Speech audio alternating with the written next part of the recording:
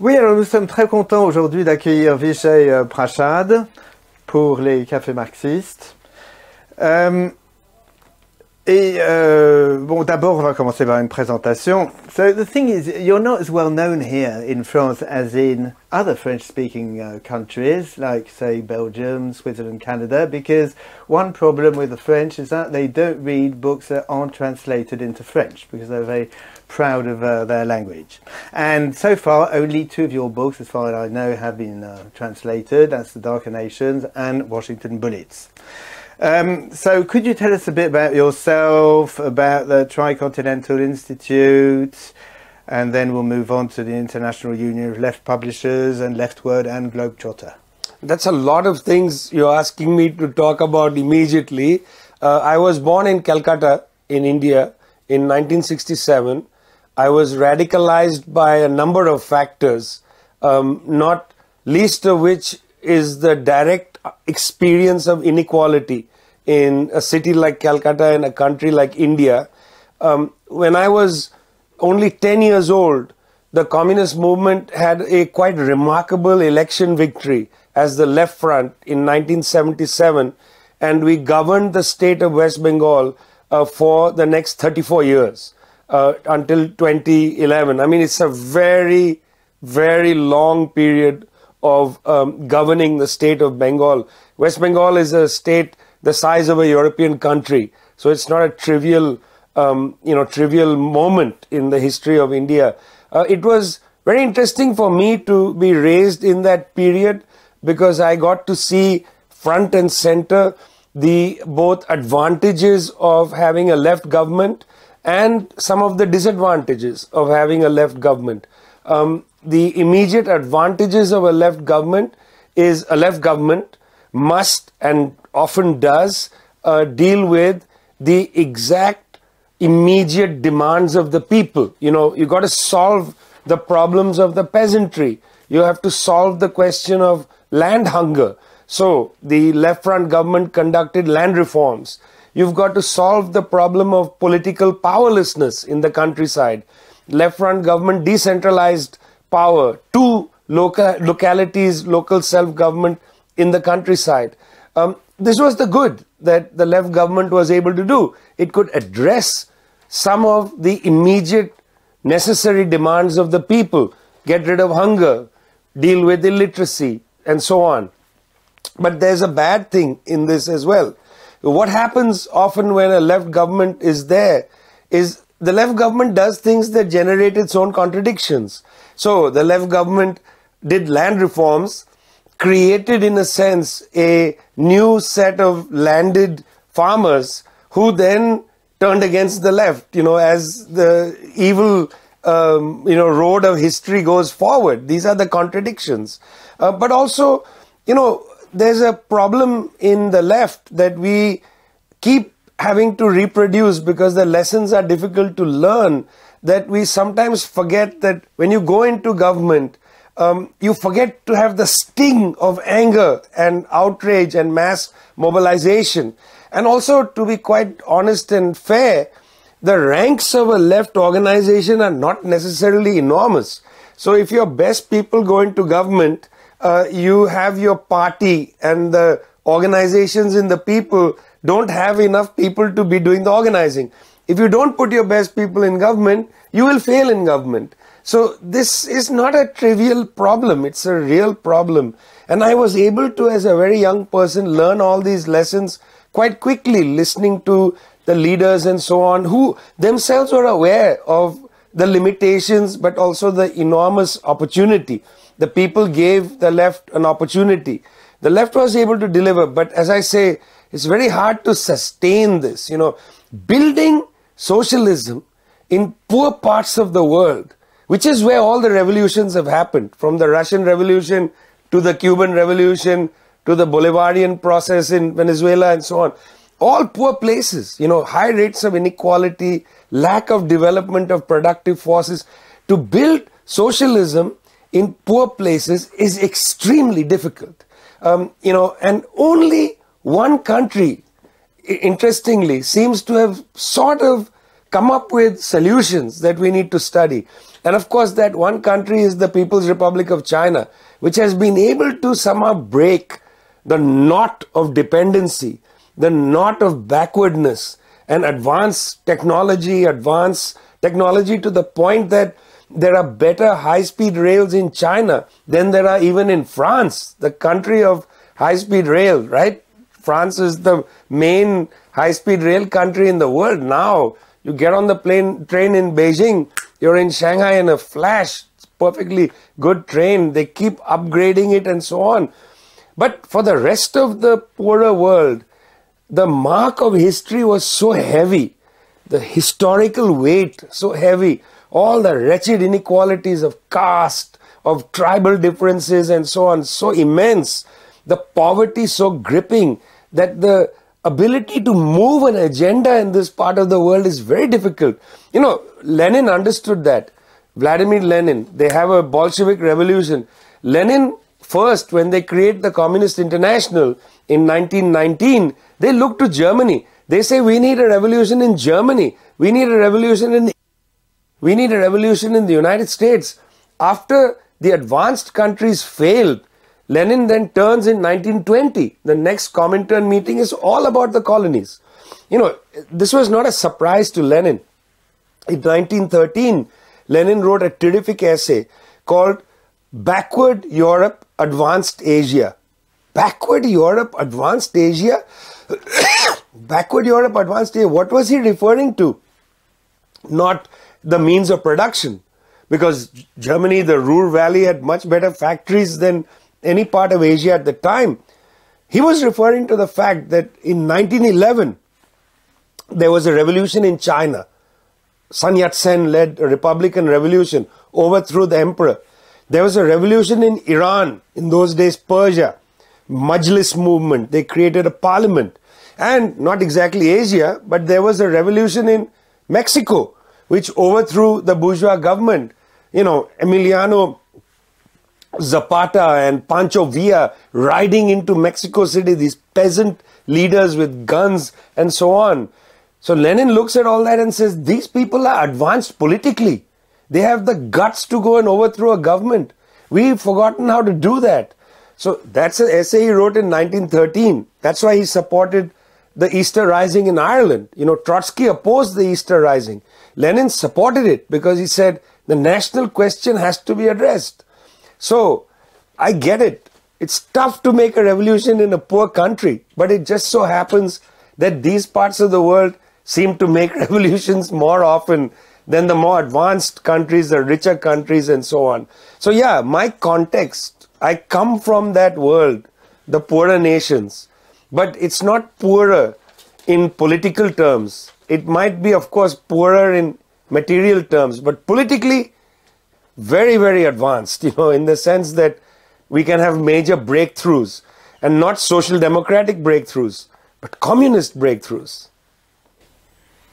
Yeah, so tell us a bit about the Tricontinental Institute of Social Research. Is it in some ways a successor to the Tricontinental Conference of Havana? Like, I lived in Alma-Ata in the Soviet Union. We had a Tricontinental Film Festival in Tashkent. You know, we got to have films from America, Asia and Africa. So is there a kind of continuity between all that? Well, about 10 years ago, there was a meeting held in Brazil. The landless workers movement, which, you know, is one of the most important political movements in Latin America. Has 1 million members. They are, by the way, the largest growers of organic rice in Latin America. So not only is it influenced by the left, it's a Marxist movement, you know, but also they have farms where the landless workers grow things, and they are the largest producers of organic rice. It's an incredible movement. Started in 1984. This is their 40th year anniversary. About 10 years ago, we met at the political school of the landless workers. It's called the ENFF, Escola Nacional de Florestan Fernandes, outside Sao Paulo in Brazil. And at this meeting, a range of political forces had a discussion about the state of internationalism today. And our general assessment was that the World Social Forum, which had made its, place in history, it had done important things at a time when they were talking about the end of history, when at Davos there was the World Economic Forum and all the elites were basically coming there by helicopter to discuss how to dominate the world. It was important that in Porto Alegre, Brazil, there be the World Social Forum for people of different political forces to join there. From France, the group Attack was very much involved in that and so on.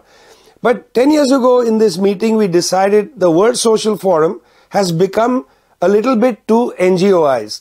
It's too much dominated by non-government organizations, a lot of foundation money from the United States and so on, that many people's movements from the global south in particular had been sidelined. The agenda was being set in Europe. It was being set, by NGOs in France and so on, United States, but not in Africa, not in Asia. So we said, look, let the World Social Forum continue. It's a good process. Maybe it'll have some good things. Might radicalize some social democratic forces and so on. But we would like to have something to the left of that, an international process. And we decided we'll create an international process which brings together not individuals but movements. Movements have to join. And we call that the International People's Assembly. And over the past 10 years, we now have about 200 organizations, political organizations that are members of the International People's Assembly, and we have a coordinating committee and so on. We thought, look, no point just creating an abstract International People's Assembly. The real question is, what are you going to do? I mean, what is internationalism? Like, what are the concrete elements of internationalism? No sense in just, having flag internationalism, okay? Here we are in solidarity with X and in solidarity with Y. What does it mean? What is the material force that you're able to provide? So we came up with 3 pillars. Number 1 is to, and by the way, these 3 pillars are all in what we understand to be the battle of ideas. Battle of ideas is an important phrase. It comes from the German ideology. Marx and Engels write about the battle of ideas. For Fidel Castro, after the collapse of the Soviet Union, this phrase was central, Batalla de Ideas. Central phrase. What it meant was neoliberals have come in and they've argued that history is over and that now capitalism is the only game, that at most you have a third way politics, neither left nor right and so on. And what Fidel says, no, we have to confront them in the Batalla de Ideas, which means we have to argue from first principles. Are you going to tolerate hunger? You're okay with destroying the planet. Is it okay to spend more of your national wealth on defense than it is on ending child hunger? Is that okay with you? That's a battle of ideas. Get right down into the premises of contemporary thinking. Don't let them set the terms for the debate around efficiencies or around, ideas of productivity and so on. Don't let the capitalists set the terms. Keep coming back in trench warfare and trying to force them into a debate about first principles. I walked around Paris today. I saw homeless people in almost every street. There was some homeless person sleeping in every street. How can you tolerate that in a country like France? It's a rich country. This country sells jet aircraft to destroy poor people in the global south through Rafael. Why are you supporting your social wealth going to produce jet fighters that create destruction in Gaza at the same time as you've got people sleeping in your streets? First principles argument. Not about efficiency, productivity, rate of return, GDP and so on. Drag them back to the first principle. That was Fidel's insistence in the 1990s. Batalla de Ideas. Frontal trench warfare over ideas. Okay, so the 3 pillars of the International People's Assembly are all in the battle of ideas. Number 1, media. We need to create a network of media organizations. Media organizations all over the world should be sharing content, sharing information. If you are building a media project in France, why should you need to have a journalist in Brazil? Take from the Brazilian comrades, build a network, share information, get in touch with each other. Battle of ideas in a deep way. Don't just become in a sense, parasitic to Reuters or Agence France Presse and so on. Hear from the movements in different places, lift up their voices. So media was one pillar.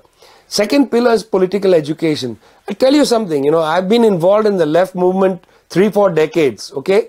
I can tell you, there's a deterioration in our culture of political education. We don't do it enough. And also, it stems from a misreading of what it means to be a cadre in a political organization. For me, one of my favorite words in the communist tradition is discipline. I am a disciplined cadre. But discipline is misunderstood. Discipline doesn't mean obedience. It doesn't mean I have to obey somebody. Discipline means I have to be the most clear-headed thinker. I have to absorb the program of my organization. I have to participate in building the program through a democratic centralist process. I have to know that program. I have to be confident. I have to be a highly educated person in the party. This doesn't mean you have to be a professor in the university. Every cadre must be articulate about how to move forward. That's discipline. So that, when we create a political line, I don't need to obey. I already believe. That's discipline. That's the difference between obedience and discipline. So political education, we are creating linkages of political schools, sharing educational material, sharing pedagogy. You know how often left political education works. Senior leader stands there and lectures for 2 hours and people listen and then they leave. Or they take notes, maybe ask 1 or 2 questions. No, let's learn from the best of people's education. The great Paulo Freire of Brazil, pedagogy of the oppressed, learn how to interact with people, get them to challenge you. Give license to people in a political education school to say that I don't understand or I don't think you're right about that. Don't take it as an attack. Take it as an invitation to dialogue. Political education. And the third pillar was research. Our idea was we are not putting together the exact accurate understanding of the process of history now. We can't keep absorbing from past texts an interpretation of now. I'm not a religious person. Okay, you go to my office, on my desk I have a bust of Lenin. But I don't pray to Lenin. I don't open Lenin's collected works to learn how to think about today. No, I read Lenin, I read Marx. Why? Because every knife loses its sharpness. You can't keep cutting bread with the same knife. At some point you have to go and sharpen the knife. You sharpen the knife to cut the bread. You don't sharpen the knife to cut your throat. Reading Lenin, reading Marx helps me sharpen my knife. It helps me be a more disciplined thinker. And then you have to go and see how the world is, how it's working. Apply some of the concepts. Don't apply their solutions. See, I don't read Marx to read the last chapter and say, well, now we do this in the world. I read Marx to think, how did Marx think about his time? And then think, how do I think about my time? That's what a Marxist has to do, because we are not religious. We don't believe that the great texts of our tradition are written by people who see into the future. Lenin had no clue about the digital landscape. He didn't understand digital sovereignty. He wouldn't even known when I say the word digital, what is digital? Don't get it. While Lenin, come even closer to the present, even 20 years ago, our comrades would not have understood the digital world, the immense possibilities and dangers of the digital space. They wouldn't have known it. How do we integrate all that into a Marxist analysis? You take the knife, you cut reality to try to understand it. As you cut reality, you develop concepts, but you keep returning to our tradition to sharpen your knife, because that will get dull. And the danger, why we say often there's a danger of slipping into revisionist thinking and so on, is that the pull of bourgeois thought is incredible. We are surrounded by it all the time. There are so many bourgeois intellectuals interpreting reality. You are dragged into their debates, dragged into their concepts. To check yourself, go and sharpen your knife, So we created these 3, as it were, pillars. So Tricontinental is in a sense a pillar of the International People's Assembly. It's not just a research institute. in no man's land. We took the name Tricontinental to honor the national liberation tradition, the tradition of the Tricontinental Conference 1966 in Havana, the tradition of the organization in solidarity with the people of Latin America, Asia and Africa, or SPAL. That was the creature of Tricontinental. We wanted that heritage. That heritage is the heritage of Amilcar Cabral. That is the heritage of Fidel Castro. That is the heritage of Kwame Nkrumah. That is the heritage of Thomas Sankara. That is part of our heritage. But we also did something interesting. There's a second name to our institute. It's called Tricontinental Institute for Social Research. Well, we thought, look, 10 years ago, we are in a dangerous situation. The working class around the world is relatively decomposed, precarious labor. Workers are Uberized, they are not able to see each other even. They are working through apps. They don't know who the other workers are. I'm a delivery person. I have a cigarette with 5 delivery people, but we all work for different apps. So how do we unionize? We have a consciousness of exploitation. You ask anybody who has a Uberized job, they all understand exploitation. You don't need to come and give them a lecture on that. That is what Lenin called a spontaneous consciousness. They have a spontaneous understanding of exploitation, but capitalism is smart. It's created a situation you can't organize people. That's part of our context. Second part is the bad breath of the right wing is all over the world. The bad breath, halitosis of the right. That disgusting views, anti-immigrant, patriarchal, the return of the most hierarchical religious thinking coming back. So we thought this is reminiscent of 1930s. And in the 1930s, some very important Marxists in Germany created the Institute for Social Research, later known as the Frankfurt School. But before the Frankfurt School was taken over and I think slightly distorted, the early thinkers were very interesting. They were interested in analyzing a simple problem. Why is the working class attracted to capitalism? What attracts the working class? What is the cultural attraction of the working class? This is the same problem that Gramsci was trying to work out. Why is the working class attracted to fascism? Why are they not attracted to capitalism? And we are interested in that. We don't want to say that there is anything called false consciousness. We think it's a real consciousness.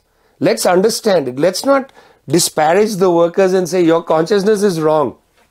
First, let's have the respect to try to understand why does somebody get attracted to those forces, So that's why we named the institute Tricontinental Institute for Social Research. Okay, fine. Thanks a lot. Now, can you tell us a bit about the International Union of Left Publishers and LeftWord? Building internationalism, it's not easy, okay? Any politics is built more on trust than on political line. Okay, let's be quite frank. You can have the world's best program. No program, excuse me, no program is as good as the trust and fellowship comrades have for each other. People are not always attracted to the program. They are attracted to their friends who are in the movement. They go together to a if you remember the first time you went to a demonstration, it was scary. You're making yourself vulnerable. You're going to a demonstration, you don't know people, there may be police, you'll get beaten, That's a fearful thing. But your friend says to you, let's go together. 3-4 of you go. Then you go a second time, a third time, and then you're like an expert. Then you tell other people, come with me. Don't worry, nothing's going to happen. I'll take care of it. But we go not because we've read the whole program. We've studied Marxism. I became a communist long before I read Marx. I became a communist through struggle. The Marxism came later. I remember opening Marx thinking, this is not written for me. It's too difficult for me. It took me time to realize and understand, listening to other people, why it's important to study and struggle. The temptation, young person, I want to struggle. I want to throw a brick at the establishment, break a window and so on. That is why anarchism is so attractive to young people, because you just want to go out there and just get angry at the police. I understand that. I felt like that as a young person. But, then I learned slight maturity. You have to study and struggle. No point throwing a brick through a window, getting arrested, going in for 5 years. What have I advanced? 5 years I'm sitting inside for willful destruction of property. What's the point? It's crazy waste of my time. I have to think of a strategy, understand how to get the mass of people involved in politics and so on. So building internationalism, it's about trust. It's not just having the correct line. So we are building a number of international networks, which I think are important, networks of artists and others. One of them, in which I am very much involved because I am a publisher, is the International Union of Left Publishers. Because one thing I felt is that over the course of maybe the last 30 odd years, publishing has changed as an industry. It's so much more expensive to get books out there. The price of paper has gone up. Writers no more want to write, saying, listen, it's a kiss and a hug. I've written a book, publish it. If we make some money, we'll make money, whatever. They want to get paid. The thing that neoliberalism has done is it's forced us to monetize every aspect of our life. I'm sitting here with you. I haven't said to you, hey, listen, what are you paying me for this? Like, are you going to, no. You pay me with a cup of coffee and a biscuit and, we hug each other. That's good enough for me. We come from that tradition. But during the neoliberal era, people came up and said, look, this is my time and I need to be paid and, I'm giving you my labor and so on. The idea of volunteering disappeared and writers started to say, look, I need to be paid for this. And left publishers, cost of paper is up. It's difficult to get out there and compete with the majors. All of that made it very complicated. So I thought one aspect of this for me in particular was to find a way to create a space for left publishers to basically get to know each other, to communicate with each other, be able to talk to each other, share ideas. That was one aspect, very important. Also share books, because in fact, I could say that, look, if I publish a selection from Ho Chi Minh in Delhi at LeftWord Books, I'm going to offer it to EPO in Belgium for free. You can publish it. I offered it to Espresso Popular for free. Why should they pay for, what are they going to pay me? Little bit of money.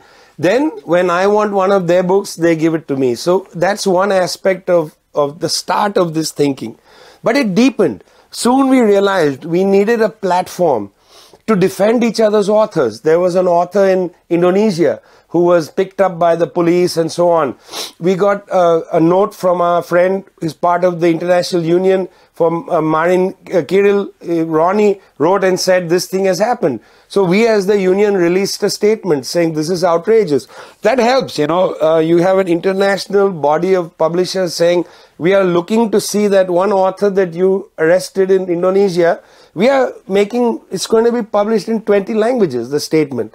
You may not want that on your hands, We're going to keep a watch for all, if a bookstore is attacked, we release statements for that. That has a certain importance. I don't want to minimize that. But in the process, we came up with another theory, which is that, and this came right out of the Indian experience. One thing I found is that as this neoliberal period has advanced, a lot of conservative public life has increased. Whether it's religious public festivals or it's conservatives who are recovering their own history in public, coming out to say march on a certain day or do certain things in public that reflect their traditions. In the left, we have become complacent with our traditions. What do we have? How do we rescue the collective life, as it were, vida collectiva? How do we rescue the collective life? What do I mean by that? With the internet and so on, people have become sort of left-wing internet activists, but they don't have a collective life outside the digital space. We've become complacent. We have May Day. On May Day, we'll all take up a flag and march down the road back and forth, and that's it. Why only one day? let's have 15 days in the calendar year that are not just we are going for the anniversary of our own political formation or this or that, but global. Why not have 15 global days? Okay, the International Women's Day, for instance, started in the left. It was in the socialist calendar. It was used to be called International Working Women's Day. Then the bourgeoisie took it over. We should fight to win it back from them. It was International Working Women's Day. So he said, let's create a day of red books. The day of red books will be a day where people, publishers, writers, bookshops around the world celebrate the red book. And so we picked the day, February 21st, the day of the publication in 1848 of the Communist Manifesto. In 2020, we had our first Red Books Day. Around the world, from South Korea out till California, we had people go into public and read at that year, the first year, the Communist Manifesto in their own language. And we think about 200,000 people participated. Last year, 2023, 1 million people participated in Red Books Day, we think, roughly, between 750 and 1 million. In fact, the reason we got those high numbers was just in the state of Kerala, in southwest India, 500,000 people participated. Just in the state of Kerala. That puts us above. This year, Red Books Day, 21st February 2024, in Tamil Nadu, there will be 10,000 bookshops, bookstalls set up in the state of Tamil Nadu in India, and 100,000 copies of the book they have selected in Tamil will be sold from those bookstalls. In rural areas, all across the state, people will bring their ordinary chairs, sit in their villages and read in public. The idea is that our cadre, members of all these parties, South Africa, Cuba, etc., must come out into public and must demonstrate our ideas without fear, without any sense of embarrassment. Go out there and read a book, whatever book you want. If you're talking about France, for God's sake, go out there and read some text from the Paris Commune. Read the Communard's statement in public. How fun would that be? Dress up as a Communard. Sit there in the middle of some square in Paris. There's so many lovely green spaces. And perform. Have somebody with music. Have somebody selling snacks. Have somebody selling the books on a stall. Make it a festival. Rescue the collective life. So the International Union of Left Publishers is not just like a Frankfurt Book Fair for the left. Sorry, not really. It's about, again, the battle of ideas. Intervening. Coming into public. Going and saying, hey, listen, we have all these books, have you considered reading them? And again, it doesn't have to be Marx and Engels and so on. Imagine you're sitting in France. Introduce people to Thomas Sankara. Let them read the great Burkinabe radical who was assassinated in 1987. Well, it's easy for you. Sankara's books are all in French. You don't have to translate them. Publish a cut price edition. Sankara, speech at the United Nations. Sankara speaking about the role of women in a socialist project. Put those two together as a little book. Sankara on the future. Sell it on the street. Few euros, it's not going to be that expensive. Stand there and have somebody read from Sankara. Read from the Communards. Read from any period in French life. You don't have to read anywhere else. Sankara is part of French life because after all, they were dealing with contemporary French neocolonialism, which Ibrahim Traoré and others are now dealing with it in the revolts in the Sahel today. So the International Union of Left Publishers is part of this. But again, at the heart of it is trust. If you don't trust each other, you're not going to do anything together. The other side of it is a little bit of fun. You have to bring the fun back into socialism. Socialism isn't just about being angry in public. And to now stretch Fidel, it's not just the battle of ideas. It's also the battle of emotions. The left has to reconstruct itself as a force of joy in the future. Not always a force of saying no. No to austerity, no to war, no to this, no to that. We have to be out there saying yes. Yes to more leisure. Yes to more social freedoms. Yes to people being liberated from poverty. Yes to education, yes to better internet. I mean, what's happening to the internet? It's being taken away. Now all we see are ads. I can't even play a game on the internet without being barraged by ads. I demand a better internet. Not no, but yes. I want the internet where I learn things, I enjoy things, where I can have leisure. The demand for leisure. Imagine this, the left grew on the slogan of the 8-hour day. 8-hour day? Today people are working 12, 15 hours. What 8-hour day? You talk to any delivery fellow on a scooter in any city in the world. 8 hours, they would love 8 hours. They think 8 hours is a dream because they work maybe 10 hours. Then it's 1 hour commute minimum at each end. 12, 14 hours. It's insane. We need to bring the hope and joy to people, not this sense of overwhelming eternity of suffering, which is where we are. And the right offers also an eternity of suffering, and a politics of anger. They have a politics of anger. The bourgeoisie has a politics of futility. We need to capture the space of joy. And for that, the International Union Left Publishers Red Books Day is one small little piece of bringing the collective life of joy around ideas, books, culture into the public domain. Mm.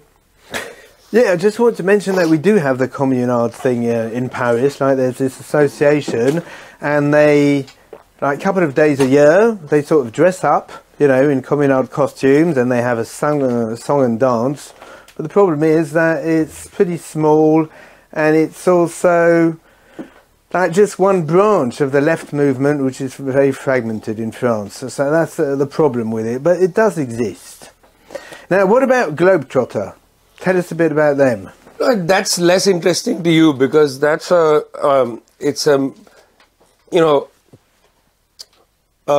during the imperial days, high imperial days, when they were real colonies, the imperial centers all produced media houses that started to dominate news gathering and news distribution.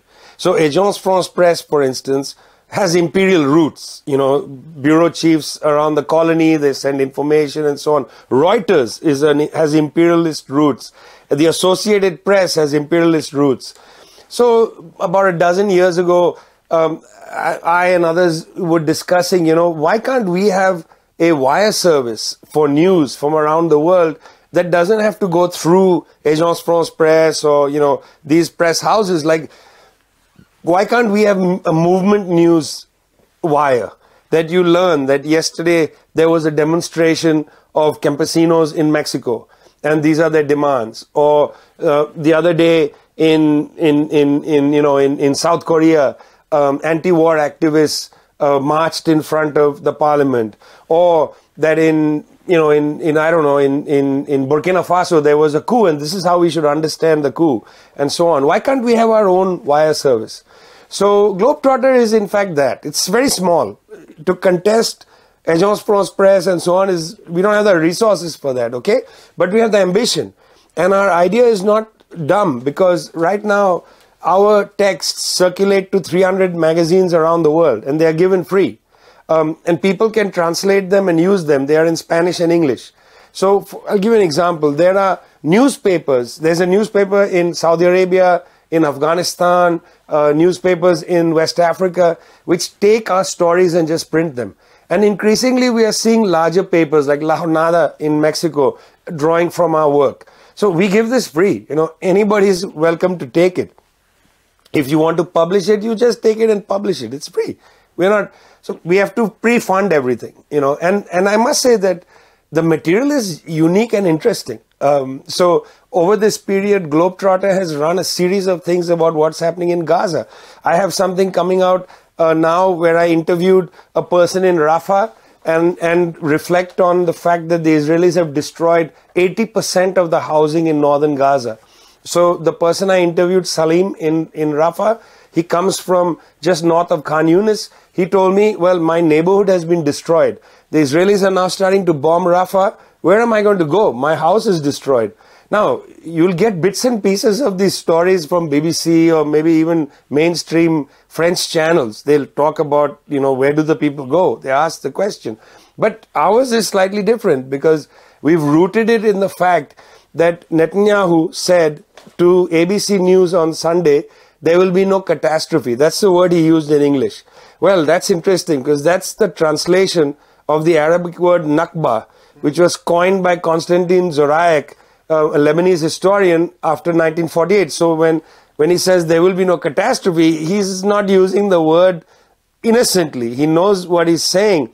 When in fact, his own cabinet people have been calling for a Gaza Nakba or a second Nakba. These are their phrases that the International Court of Justice was made aware of through the South African submission. So our story brings all of that together. It's not just about, oh well, the Israelis have to knock out Hamas and therefore, it's really sad. Where do the Palestinians go? There's going to be some casualties. This is terrible. That's the general, Agence France-Presse line. Ours is deeper than that because it's not like we have a huge history lesson, short articles.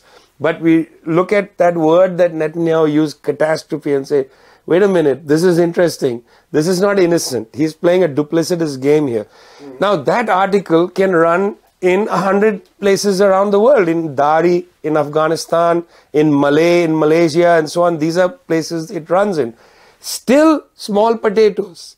But the idea is we are directly and frontally contesting the effective domination that these Western wire services with imperialist roots have had over media all across the world for more than 2 or 3 generations. And we know that, Russia TV, RT tried to contest this at the television level. But that's different. I'm not interested in creating a television channel I'm more interested in how the newspapers, small websites and so on, shape the news, because that shaping has its own impact. We don't have the resources to contest BBC or to contest, whatever is in France, Channel 1, or we don't have the resources for that. But we have the ability to contest over here. So we are contesting Agence France-Presse, Reuters and Associated Press with Globetrotter. And we hope it will grow. And we would like to see, in a country like France, we would like to see 10 periodicals running our stuff. There's no exclusivity. We want more and more people. Our theory is that if a website run by a 16-year-old kid with 10 readers publishes an article, we celebrate that. Why? Because I want those 10 people to read the story. They will share it on social media with their friends. Maybe it becomes 20 readers from that one site. And then it's picked up by a big newspaper like La Jornada, where tens of thousands of people read it in the morning when they open the paper in Mexico City. But both are important to me. I think sometimes left intellectuals believe it's more important to get in Le Monde than to get in a website of a kid who lives near Marseille. But I believe that both venues are important. And in Globetrotter, we don't spend our energy trying to get into Le Monde. I want to get into some French Algerian kid's website, live in Marseille, let his friends read it. It's way more important to me because through those kids, you'll reach the class much more effectively than through a bourgeois newspaper. So let's produce a way to be the wire service of working class kids who are creating these websites, who are sharing things through social media. That's how we got to get into those kids' discussions and debates. We are not seeking to propagandize and to, brainwash kids. I want to get in their debates. We are engaging the battle of ideas. We want to be part of the debate. It's important. Our attitude isn't to impose a line on people. We are not in that stage of history where we are doing line struggles against each other. I think this is a huge problem of the left, that when we are at our weakest point, we are most fratricidal with each other. This is the time when we need to figure out how to engage each other. I may not agree with somebody's line. In fact, I may totally disagree with them. But I still need to be able to engage them. because they are actually not my enemy. My class enemy is much more dangerous and much more devious. And I don't want to spend my energy having line struggles with the other sections of the left when we need to figure out a way of working in a broad front against our real enemy, who is nasty, vicious, and heartless. Great. Sounds good. So we have to look up the sites and work on that. Now we're going to move on to one of the topics we'd like to deal with today. Maintenant, on va parler un peu du Sud global. Et je vais présenter donc les livres de Vijay un par un.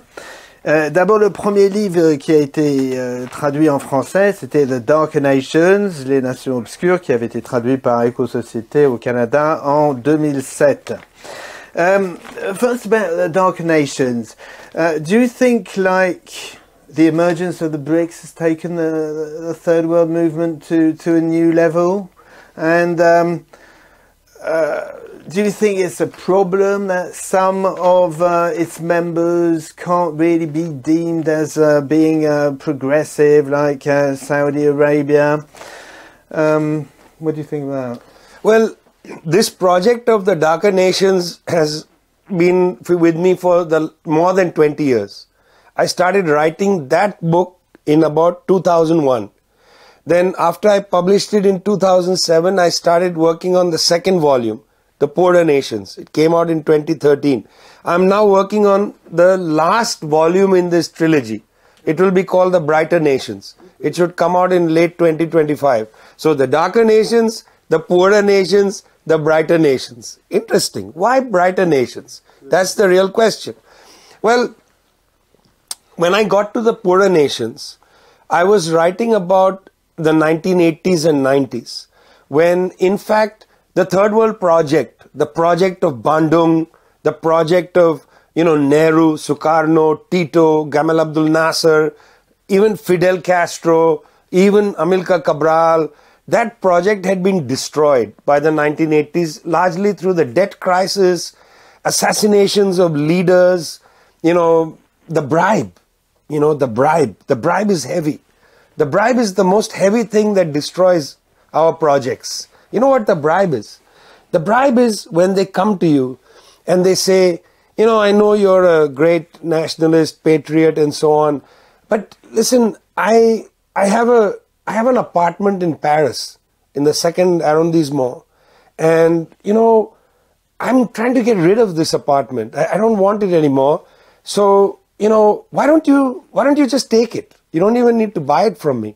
You just use it, take it, and you can. It's yours. It's yours actually. I don't even want to lend it to you. I'm just going to give it to you. You're my friend. I'm going to give it to you. Well, let's have a coffee. Oh, by the way. There's going to be an executive from Total coming to see you tomorrow.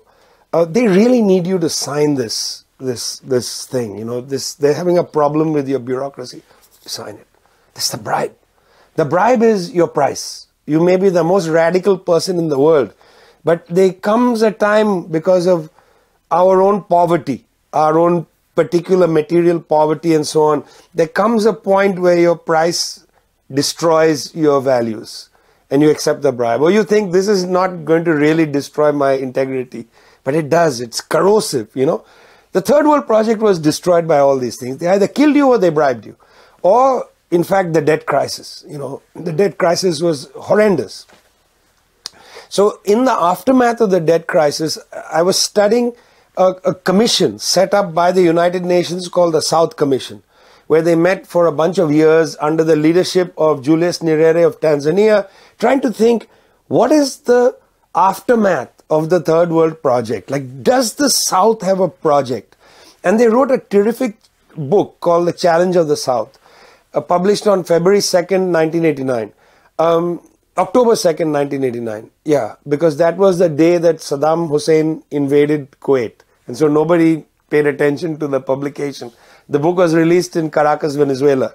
Nyerere was sitting in his hotel room almost crying when he saw the television news. Oh my God, why have you done this to me today? We've spent all these years. Delegates from all over the world worked on this book. But that was not the reason it was not paid attention to. They had a very radical idea. Inside the book, they argued the only way the South was going to advance is if certain locomotives of the South went ahead of everybody and then pulled them along.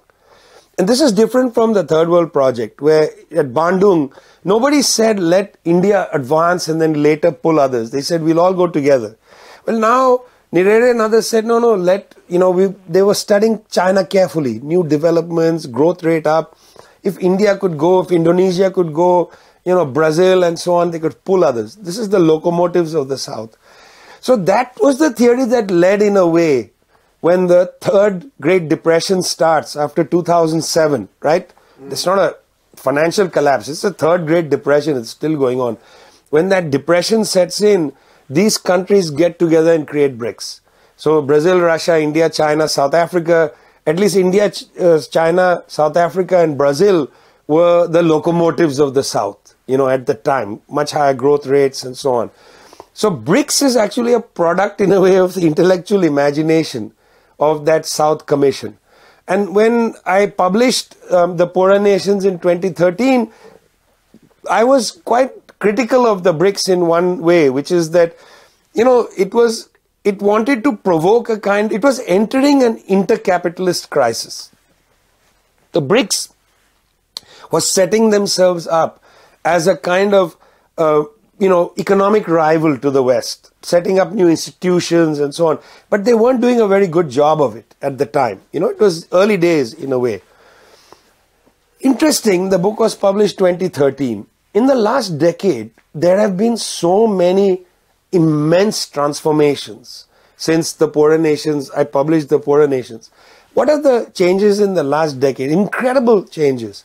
Look, the war in Ukraine accelerated all these changes and made it clearer to us. So let's take the case of Namibia. Namibia is a country that really fought hard against imperialism, getting rid of the imperialists. They were part of the, collateral damage of the war in Angola, part of the collateral damage of the South African invasion of Angola. Namibia really paid a price. So when Namibia wins its independence, one thought, well, maybe this place led by the Southwest African People's Organization could drive an agenda. But in fact, no, they were suffocated. And their political elites basically capitulated to neoliberalism and so on for a long period of time. There was really no space for maneuver. You have the Russian entry into Ukraine and the war and so on. The Prime Minister of Namibia, a woman about my age in her 50s, is there on the stage, and there's a German host. This is at the Munich Security Summit, and he turns to the Prime Minister of Namibia and he starts to chastise her, telling her that Namibia must condemn Russia's entry into Ukraine. And she, Sarah, says directly into the camera that when we were fighting against imperialism, the Soviet Union backed us fully, not you, but the Soviet Union. And she said, we don't have to take orders from you on how we understand the world. That was an interesting moment. When the South Africans took the Israelis to the International Criminal Court, the German government entered on the side of Israel. The Namibian president released a statement then and said, what gives you the right to speak about genocide? You've never apologized for the genocide you, Germany, conducted, not against the Jews, the Holocaust, a terrible crime, but the genocide against the Herero and Namakwa people in Southwest Africa. Never. You don't have the right to tell us. We call these two statements by the Prime Minister and the President, we call this the new mood in the South. There's a new mood in the South. I don't want to exaggerate this mood, but it is there. Southern countries of very different political backgrounds, India, right-wing government, Brazil, left government, South Africa, the old National Liberation Force sort of struggling to maintain what its politics are and so on. All kinds of different politics. They don't share a political project as such, but they share this new mood. That's the brighter nations. They are just not interested in being bullied by the West. I mean, the Indian foreign ministers, a right-wing government, mind you, led by Prime Minister Narendra Modi. When the Indian foreign minister was asked in front of U.S. Secretary of State Antony Blinken, standing right there. Jaishankar was here when he's asked, why are you continuing to buy oil from Russia? He said, I've looked into this. His answer was amazing. He said, I've looked into this. He said, what India buys from Russia in 1 month, Europe buys in an afternoon. Think about it. That was his answer. Then later he was asked, why aren't you supporting, the West and so on? And he said, we are not interested in the NATO mindset. That was his answer. It's a right-wing government. This we characterize as a new mood. Must not be exaggerated. There is no multipolarity, okay? It doesn't exist. It might exist later. What we see now is a condition of hyper-imperialism. The West, that is the United States and its bloc that it leads, largely the entirety of NATO, the 14 countries that are in the 14 Eyes intelligence network, all of them, they represent 75% of the share of global spending on arms. 75% of military spending is the NATO countries, United States and so on. United States is the bulk of it. But still, 75%. They are imposing war on the planet. The Chinese, who they keep saying, they are being belligerent. The Chinese spend 12% of the world's military budget. Their share is 12%. How can you say 75%, 12%? This is not there is no inter-imperialism. People who believe China is imperialist don't understand imperialism. They don't understand the conjuncture. They say Russia is imperialist. No, Russia is not imperialist. It just invaded Ukraine. Rwanda invades the eastern part of the Democratic Republic of Congo. Doesn't make Rwanda an imperialist country. Rwanda invaded Mozambique on behalf of France, okay, to defend Exxon and French Total in Cabo Delgado province. People in France may not know this, but Macron basically goes to Kigali, goes to Rwanda, talks to Paul Kagame, tells Kagame, if you can help us defend the interests of French Total in Cabo Delgado province, Mozambique, then we will properly apologize for our role in the genocide in Rwanda. And so 1,000 Rwandan troops go to Mozambique. Was that Rwandan imperialism? Ridiculous. Just if you fight a war doesn't make you imperialist. Imperialism requires a much broader understanding of the conjuncture, understanding what you're seeking. The Western bloc is a bloc. It seeks to dominate the planet. So what was the problem in Mozambique then? Was it Islamist rebels or something? No, nothing like that. Look, frankly, Mozambique is a pretty poor country. Yeah. They were able to defeat the Portuguese and so on, but it's a pretty poor country. Off the coast of Mozambique, northern part, Cabo Delgado, very poor province. Off the coast, ExxonMobil and French Total jointly discovered a natural gas field. And they made a deal with the government of Mozambique to have exclusive drilling rights there. And they were paying a revenue, very low revenue, to the Mozambican state. The people of Cabo Delgado were getting almost zip benefit. So, people of Cabo Delgado revolted. Initially, it was the classic form of revolt. It was protest, this, that. There was a severe crackdown against them by the Mozambican authorities.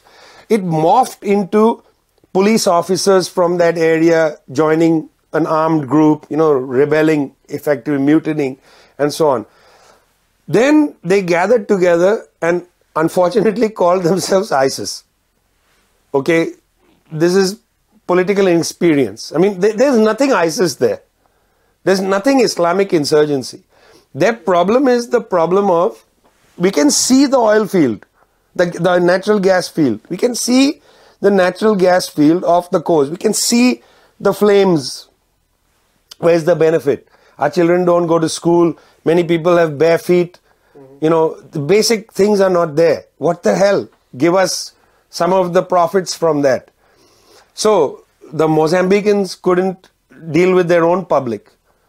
And the French didn't want to directly intervene. It would look like real imperialism.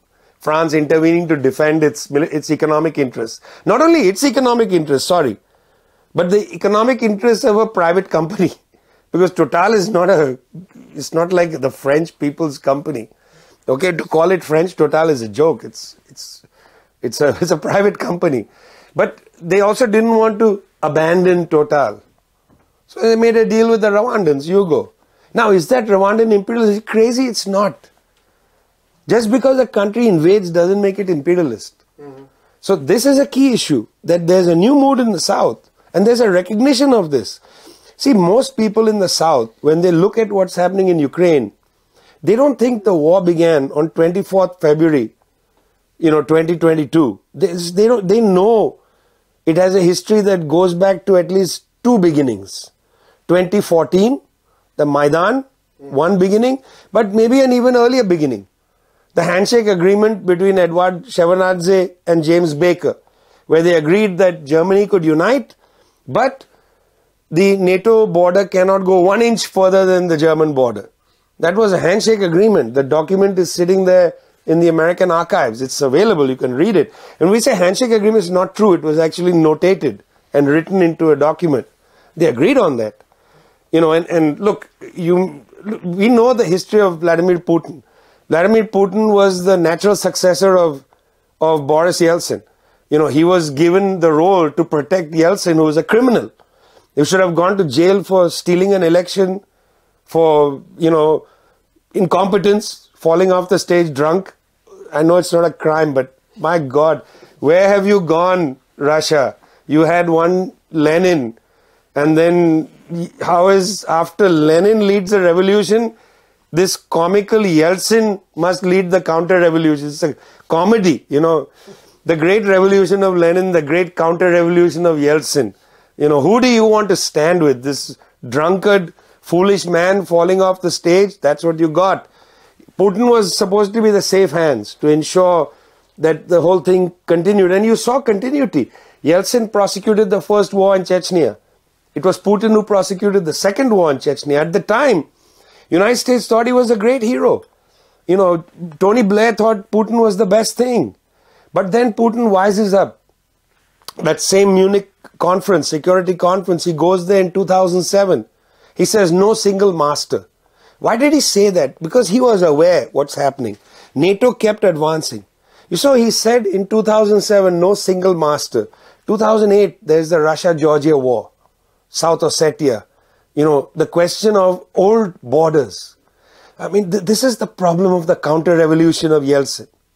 The revolution of the Bolsheviks said, look, we're going to deal with the nationalities problem in a very complicated way. We're going to create both a singular Soviet Republic, that was the early name before the USSR, was the Soviet Republic. Whole thing is Soviet Republic. But we have to honor the fact that there are these nationalities. There's a Kazakh nationality, an Uzbek nationality. There's a nationality of Ukrainians and so on. So we're going to create a Ukrainian Soviet Socialist Republic, a Uzbek Soviet Socialist Republic. But they're not going to be majority, solely ethnic singularity of Ukrainians. There will be others there. Mm-hmm. And by the way, there's not just a Russian minority in Ukraine. There are all kinds of other people. There are Hungarians, there are Romanians, actually Hungarian villages in Ukraine. And so the idea was that, it'll be a nationalities project, but it's not a singular, it's not all Uzbeks in Uzbekistan, and so on. After the counter-revolution of Yeltsin, these problems all arose because now you say we're going to get rid of the USSR and you're going to return to the nationalisms. Mm-hmm. Well, if you return to nationalism, you're going to return to border disputes, you're going to return to problems of how to deal with minorities. And at the time, Yeltsin and so on didn't say, well, let's revisit the Ukrainian borders. Let's say that the Donetsk region, Mariupol, all of that will return to Russia because it's a Russian majority. They said, no, the same old Soviet borders will go. But the Soviet Union was not a nationalist enterprise.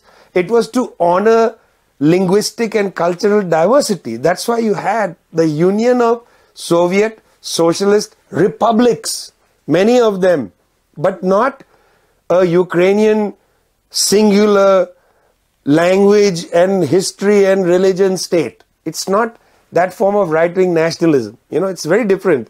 But in the counter-revolution, they never changed the borders. They let it go. Hence, 10, 12 years into the counter-revolution, you had a problem in Georgia. You had a problem in Ukraine. Ukraine problem actually predates 2014, the problem of Russian minorities, because for a long time there was a dispute over whether you had to have two languages in Ukraine or just go to Ukrainian. You know, I mean, the thing is, I was talking to a friend of mine. It's not like they're radically different languages, but they're still different. And what's the harm in having 3, 4, 10 languages in a state? What's the problem? Look at India. India has about, you know, I don't know, 28 national languages, not national, 28 recognized languages. Only 2 national languages, but 28 recognized languages, you know. What's the harm in that? You know, look at Switzerland. Who's telling the Swiss you must have one language? You know, the Swiss children all have to learn, I believe they used to, German, French, English, I don't know what all they know there. But my fantasy tells me they had multiple languages. There's no harm in that. You know, so in that sense, in a place like, you know, when the Ukraine thing started, most people in the South looked at that and said, this is not about the day the Russians crossed the border. This is a much older history because we understand imperialism. We understand when the imperialists said, not 1 inch eastward will NATO come, we know that this is the handshake and some beads in my hand to make a deal, okay? They're going to say to me, look, all I want is the right to your river so I can use it for my fishing. And the next thing you know, they say, this is my river. I mean, this is 300 years of colonialism, 400 years. In fact, in the Americas, 500 years, you know. The first colonizers go there and say, hey, listen, do you think it's okay if I go and shoot turkey over there? And then the native people say, yeah, you're welcome to come and shoot on our land. And 20 minutes later, they're like, you're not allowed to come and shoot turkey there. Why? Because it's our land. How is it your land? You just took permission from me. No, we didn't. We didn't take permission from you. You gave it to us. Right? And that's how people see the Ukraine war. They don't see it in any other way than that Shevardnadze was standing there, James Baker was standing there. James Baker, one of the most influential people in US foreign policy, tells Eduardo Shevardnadze that we need the unification of Germany, give us that, and what we will give you at the time, the USSR, is that NATO will not move 1 inch eastward of the German border. That was the agreement, you know, and Shevardnadze said, okay, then we will allow the unification of Germany. We won't fight it. We will not contest it. It's a big concession. We will not contest it. Next thing you know, the United States is saying everything up to the Russian border is ours. Poland, Ukraine, Estonia, Latvia, Lithuania, all of it is ours. And look, before Putin went to Munich and said not one single master, what did the Russians do when Latvia, Lithuania and Estonia and all started entering the West? Two of them become NATO members. Not one complaint. During the high period of the Russian counter-revolution, they in fact welcomed these countries joining NATO. It's only after Putin in 2007 says not one single master that you start hearing the Russians say you can't come any closer. Sergei Lavrov goes to the UN and says, no, no NATO, no, we don't want lethal weaponry on our borders. But between 1991 and 2007, the Russians never complained. This is the terribleness of the counter-revolution. Okay? Putin in 2007 didn't start a new revolution in Russia. Mustn't misunderstand the point. They just wised up to the fact that their sovereignty was being vitiated, taken away from them. They are asserting their sovereignty. Assertion of sovereignty is not the same as socialism. Iran asserts its sovereignty. Iranian assertion of sovereignty should never be mistaken for a radicalism. It is merely the assertion of sovereignty. And those of the left globally must demand the sovereignty of weaker nations in the world. The dignity of people as well. That's why we have always a double politics with places like that. We defend the right of that nation to its sovereignty, but we should never at the same time then defend the nation to the hilt. There are problems. We should be open about them. I always tell my Iranian friends, I don't think I would like to live my life in a religious society where the state has a religious sanction. That may not be the best thing, in the world. Now, people choose that. They have the sovereignty and right to choose it. But, I have problems with it personally. But I still, till the end, will defend the sovereignty of a country to drive its project. So what you see in Russia after 2007 is an assertion of sovereignty, not a return to socialism. I think some people get confused by that. They think, well, Russia has moved back to the socialist camp. No, not at all. It still has a number of internal problems, but they're defending their sovereignty. And I think that's what the South sees when they look at Russia today. They don't see it as the aggressor, interestingly enough. They still see NATO as the most aggressive and dangerous force in the world. Yeah, thanks. Whilst we're on the subject of the Soviet Union, could we go back into history a bit? And do you think the history of the Third World Movement would have been different if the Soviet Union and China had gotten along? Okay. Firstly, I think it's important to put that into context to say that without the Bolshevik Revolution of 1917, it's unlikely that the anti-colonial movement would have radicalized so deeply. So, for instance, the struggles in Vietnam or struggles in many parts of Africa, struggles in some parts of Latin America and so on, they would have taken a much more canonical bourgeois nationalist, form. Much more canonical, straightforward. Assert the right to our sovereignty. We demand that our bourgeoisie rule our country, not your bourgeoisie. That's bourgeois anti-colonial nationalism, which is a thing. Says, our bourgeoisie wants to dominate our society. Your bourgeoisie dominate your society. Imperialism is your bourgeoisie dominating our society, right? That's a bourgeois nationalism.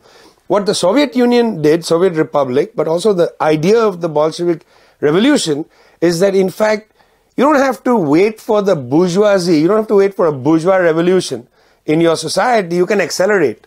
You can combine with the bourgeoisie, make united front, overthrow colonialism, and then deepen the social revolution. So in many of the anti-colonial movements, you would never have had as radical an agenda which produces the Bandung meeting in 1955. That would never have happened if there had been no Soviet Union. I can tell you that categorically. Things would have been very different. If you read the biographies of some of these people, Nehru, for instance, of India, Jawaharlal Nehru goes to Russia, 1927, goes for the 10th anniversary of the revolution, writes a terrific little book called Soviet Russia, comes back and talks about it at mass meetings, says that, these people are bringing literacy to rural Russia. He said, rural Russia reminds me of India. It's backward, the peasantry struggling, blah, blah, but every village has a library. They have a literacy campaign. If they can do it, we can do it. Radicalized Nehru. Nehru is not a communist. It made Ho Chi Minh a communist. The Russian Revolution made Ho Chi Minh a communist. He would have become, what so many other Indo-Chinese radicals were becoming, which is more of a bourgeois nationalist. But this overwhelmed him, It had an impact on Mao Zedong, on all the Chinese comrades. They were all influenced by the Soviet Union. Incredible. It was the sun shining in the sky. So there's that. To my mind, I think the Sino-Soviet dispute goes back to the 1950s, was a great tragedy. Because I think it's not just the Sino-Soviet dispute, okay? It's fractionalism within the left, which goes back to the heart of the Russian Social Democratic Labour Party, which becomes the Bolshevik Party. The factiousness, goes back to the early 1920s. The disputes inside the leadership in Moscow, Trotsky, Stalin, Lenin, and so on, their disputes had its own deleterious impact around the world. when Trotsky eventually leaves the Soviet Union, goes to Turkey, writes his incredible history of the Russian Revolution, look at the tendencies that Trotsky then produced in the West, largely. This attack at the Soviet Union, saying, well, it's a worker state, but, but it's a deformed worker state. It already set up a problem for Western socialists, because already it kind of broke the unity of action. I mean, what is the point, let's say in France, of a Trotskyite and a Stalinist as they began to be characterized? They spent all this time attacking each other and not attacking the French bourgeoisie. It was a waste of generations of leftist energy following in the fratricidal thinking that came from that dispute. To my mind, that's an enormous waste of leftist energy. And after the Trotsky-Stalin kind of dispute that became, mostly in the West, that became characteristic of the Western left, right? Becomes characteristic of the Western left. It's in fact there much before 1956. 1956, when the Soviets come in to defend the Hungarian Republic, at that time lots of Western leftists left the Communist Party. But in fact, people date that, E.P. Thompson and so on left. I think that's wrong. In fact, the thing starts much earlier in the 20s and 30s, when this Trotsky-Stalin thing really destroys the possibility of mass leftist work in the Western countries. Well, if that divide, Trotsky-Stalin, has a deleterious effect in the West, this didn't have an impact in the Third World, I would say. There's almost no Trotskyite parties in the Third World, almost none. Only in Sri Lanka, where there was a party. So this divide was mainly to the West. The Sino-Soviet dispute had a catastrophic impact on the Third World left. Because now it was not just a matter of political line. It was not just a matter of armed struggle and reformism and none of that. It was also a question of resources.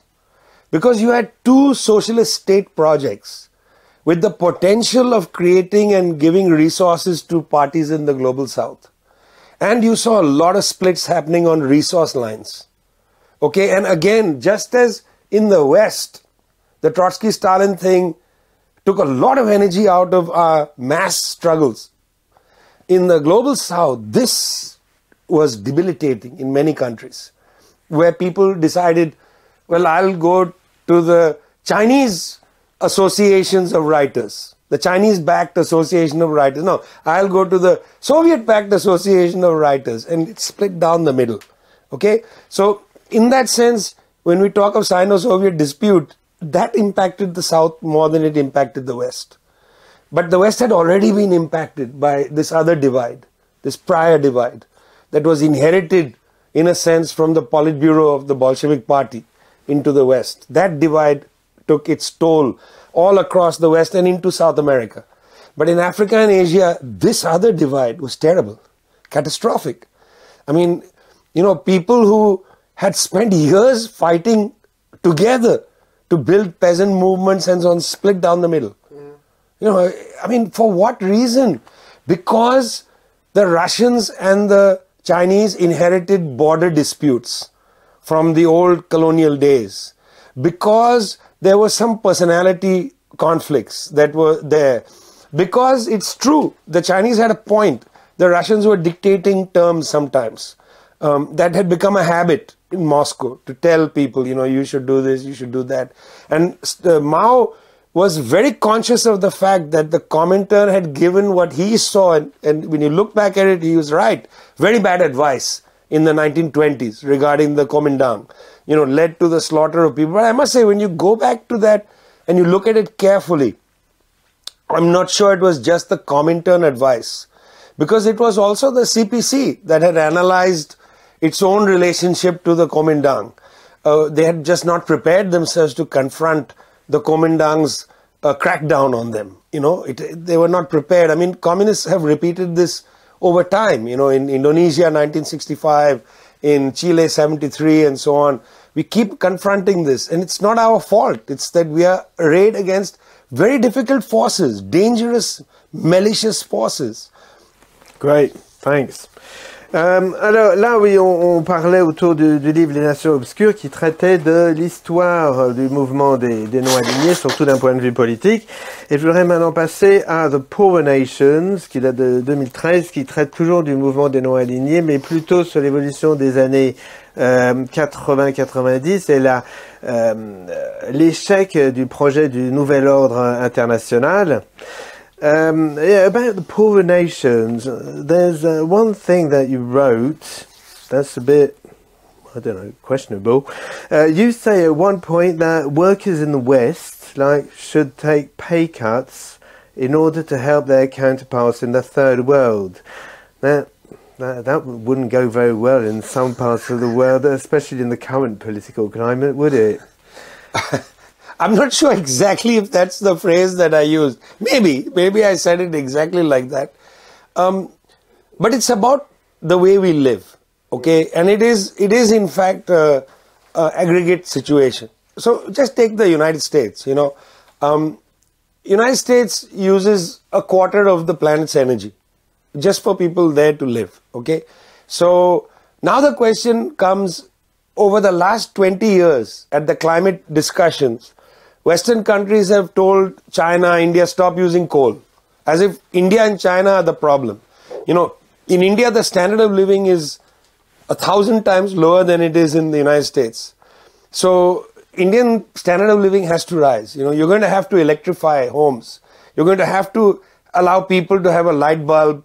I mean, we're talking about minimal things, okay? We're not saying build a house with, I mean, in the United States, sometimes the refrigerator is the size of a person's kitchen in another country, you know, enormous refrigerator.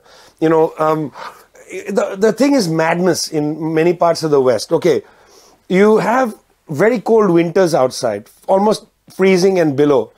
So you heat your house against the cold, right? So you heat the inside of your house. Then inside your heated house, you have a box. And inside the box, you put the temperature similar to the outside temperature. You call that the refrigerator. And then above the refrigerator or sometimes below, you make it even colder. That's the deep freeze, where you freeze things. Now, inside the refrigerator, so that things don't get too icy, you have a little gadget that sparks heat to keep the temperature down. I mean, the whole thing is madness. Like, you know, if you, I understand it's about, you know, equalizing temperature. I get why it's efficient. It makes a consumer's life easier. But why not just keep your cold stuff outside?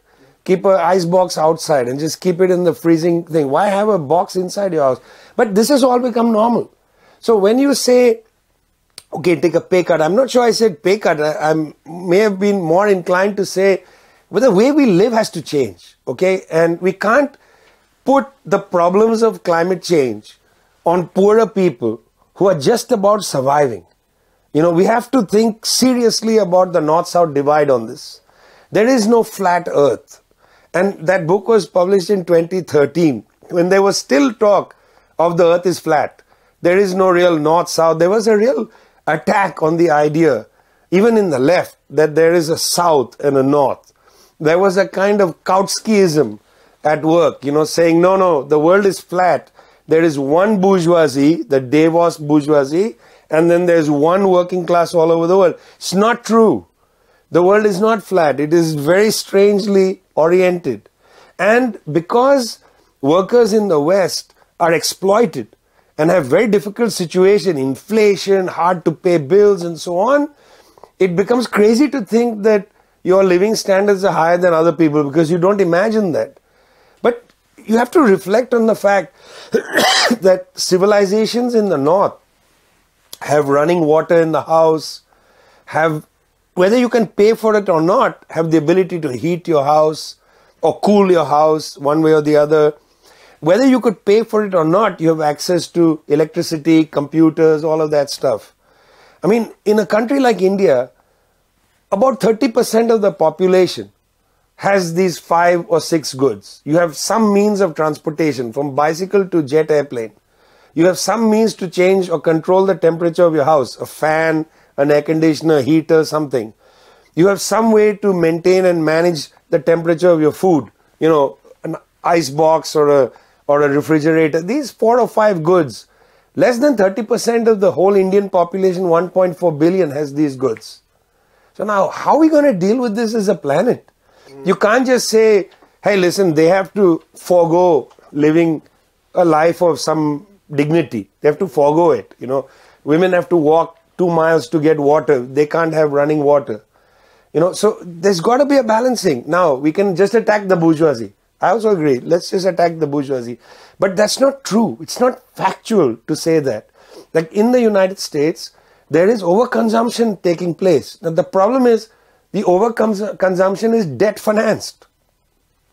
People are going into trillions of dollars of household debt, college debt, and so on to sustain a standard of life they can't afford. And in fact, a standard of life which may be bad for the planet. And a standard of life that is privatized. So if I say something like that, what I mean also is, let's stop the assumption of having all these private cars. 2-3 private cars per family. More public transportation. Less private transportation. You'll have less insurance payments. You know, have more ability to collectivize how we live. Collective health care in our neighborhoods. So you don't have one big giant hospital which has all got all the gadgets and so on. You have to wait for healthcare. Have healthcare in every street. Follow the Cubans on that. They have healthcare on every street and so on. Change the way our standards of living are there. I mean, you know, one of the problems that's taken place under capitalism is because they privatized so much of services onto households, the demand for wages has increased. But in fact, socialism isn't high wages. Socialism is about social wages. I don't want, high wages is crazy because I increase my wages, but you'll increase prices. No, that's what you said in the book. I remember now. You said you want to increase the social wage at the expense of salaries as such. Yeah, that's right. The point is, increase the social wages. You know, increase the social wages, change the way we think about, you know, the life, the way we live life. That's the debate and discussion. You know, that should be a discussion. I mean, I'll tell you little things. In the old days, okay, when there were real trade unions, in neighborhoods, the trade unions had a hall. In the hall on the weekends, families went to socialize there. They ate the Saturday meal at the trade union hall. They all cooked together. Unfortunately, it was gender divided. The women did the cooking, the men did the smoking cigarettes or whatever. That doesn't need to be like that. But we could return in communities to have community hall, where families come in, men, women, both in the kitchen, cooking together. We save our money like that, you know. We have collective daycare centers and so on. You have a collective neighborhood daycare center. Firstly, it's much better for parents. It's much better for kids because they don't have to deal with their parents all day. Okay, they go to a collective daycare center down the street. Parents take it in turns to take care of the kids. So that one afternoon in the week I will do it, one afternoon my neighbor and so on. You know, you manage society in that way. You have it not managed by neighborhoods, but by the state underwriting some of this stuff, which is what you'd have to bring it up to scale. It changes the way we consume. It changes our resources. How expensive it is for families to put their child in a daycare center. And by the way, it should be expensive because those are your children. But it's expensive under the terms of capitalism. If we had more socialized daycare, you'd still get good quality care, you know, but you don't have to outlay from salaries and then drive wages up. So that's really my whole direction is more socialization of function, more socialization of life, you know, in these simple ways. See, people talk about socialization always means of production. I'm just interested in socialization of life, small things in life, smaller daycares, smaller healthcare center, everything in the neighborhood. You know, I would like, you know, I've raised children, okay, in my life. I would like to have had, I wish I had had for my children, a neighborhood community center where after school the kids come home, they just go to the community center. See, I don't care if they play video games there. I don't care if they play video games, ping pong, whatever. You know, I don't care. But they're doing it together with other kids. The problem is now the kid comes home They play video games. Now they are online with their friends. But I have seen kids, when my younger daughter has her friends over, they sit in the couch and they sit around and they play video games together. But they're all laughing together. It makes me cry, because at that point I realize, the attack on digital fun is super wrong. Like, there's a lot of fun to be had in the digital world. I like to play games online as well. I don't have any problem with that. But to play with others in the same room, the joy is so much compounded. You look at each other and go, oh my God, what are you doing? Because they're playing some game together. Why are you going there? That's a collective life. And so the question isn't bring your wages down so others can bring their wages up. It's not about water levels. It's about, really, you have to question in the West, is your quality of life improved if you just keep raising wages? I don't think so. I think wages itself is not an index of a better quality of life. The index of a better quality of life is a better quality of life. Great, thanks. Still on the same book, one criticism you levelled at the BRICS is that it isn't political enough. They haven't come up with a common position on Palestine, for instance. And this brings me to the problem of political strategy. And you seem to differentiate, I'd like you to expand on that, the difference between populism and the people's bloc. Yeah, firstly, just to put it in context, the book was written in 2012. So it reflects that period, from 2009 to 2012. At that time, BRICS was not really, it's too early to make a judgment. I mean, how is Hegel's Owl of Minerva going to fly in 3 years, But it was a provisional judgment. I stand by it. At that moment, there was really no political unity. It was mainly a trading, commercial, economic kind of formation at that time, 2010, 11, 12. Over the last 10 years, even the BRICS has matured. And you see on certain issues, they've given each other courage. Now, the fact that South Africa has been able to take Israel to the International Court of Justice is part of its experience, knowing that it's in the BRICS bloc, knowing that, if the West decides we're going to sanction you, they're going to still trade with China, Russia, the other avenues of survival. The West doesn't, because of the rise of these southern economies, the West doesn't have the same capacity to suffocate a country. Look at Venezuela. They tried their best to suffocate Venezuela, but Venezuela trades with Turkey, Iran, Russia, China, and so on. Those countries, in fact, they are happy to trade with Venezuela. Now, Venezuela is still in difficulty, but there are avenues of trade. Gives them confidence, then you can speak openly. The Namibian leaders, they speak openly. Why? If the West decides IMF is going to cut you off, friends, you're going to go off the deep end. No, we're not.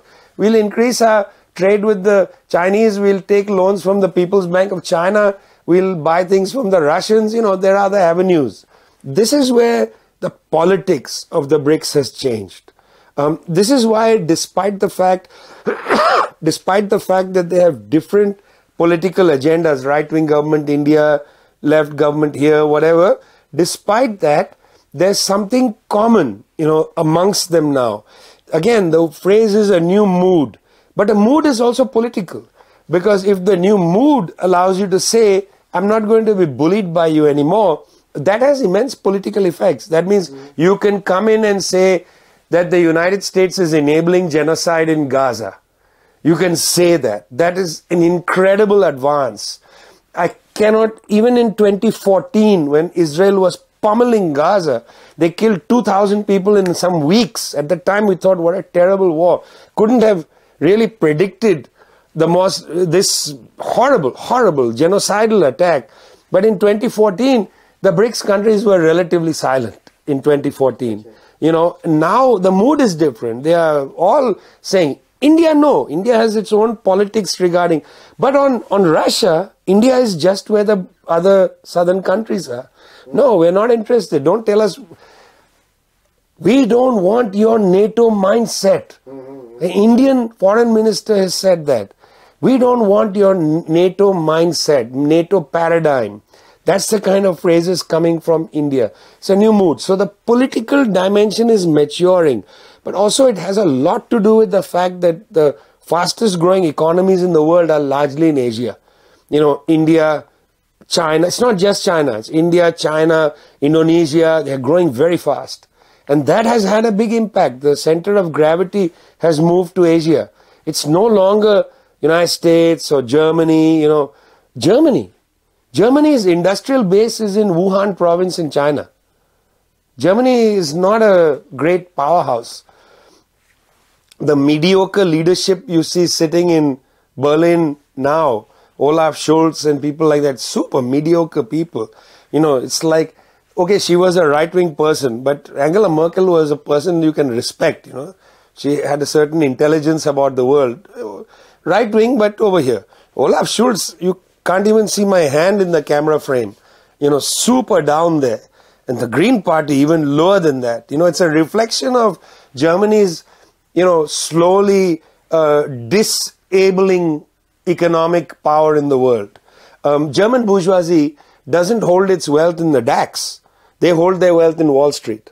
They are completely committed to the Atlantic project. Okay, we've demonstrated that in a text we produced called Hyper-Imperialism. We showed the data that the German bourgeoisie invests more in Wall Street than in the DAX. They invest more in BlackRock than in the DAX. This is significant. If your bourgeoisie is not being quote-unquote patriotic, it has a measure of their politics.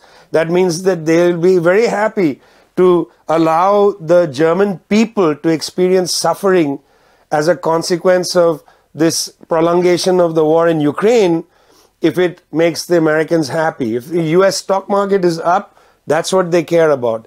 The measure of their understanding of their role in the world is the price of the US stock market, not the level of distress of the German people. They don't care about that at all, you know.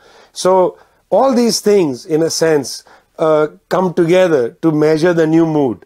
You know, it is simply the case that the politics of something like the BRICS is rising in maturity in a kind of geometric equation with the decline of the legitimacy of the G7 countries. As the G7 declines, the immense prestige of the countries of the South rises. I mean, just pause for a second. I said Olaf Scholz, mediocre. Meloni, mediocre. Rishi Sunak, mediocre. Emmanuel Macron, mediocre.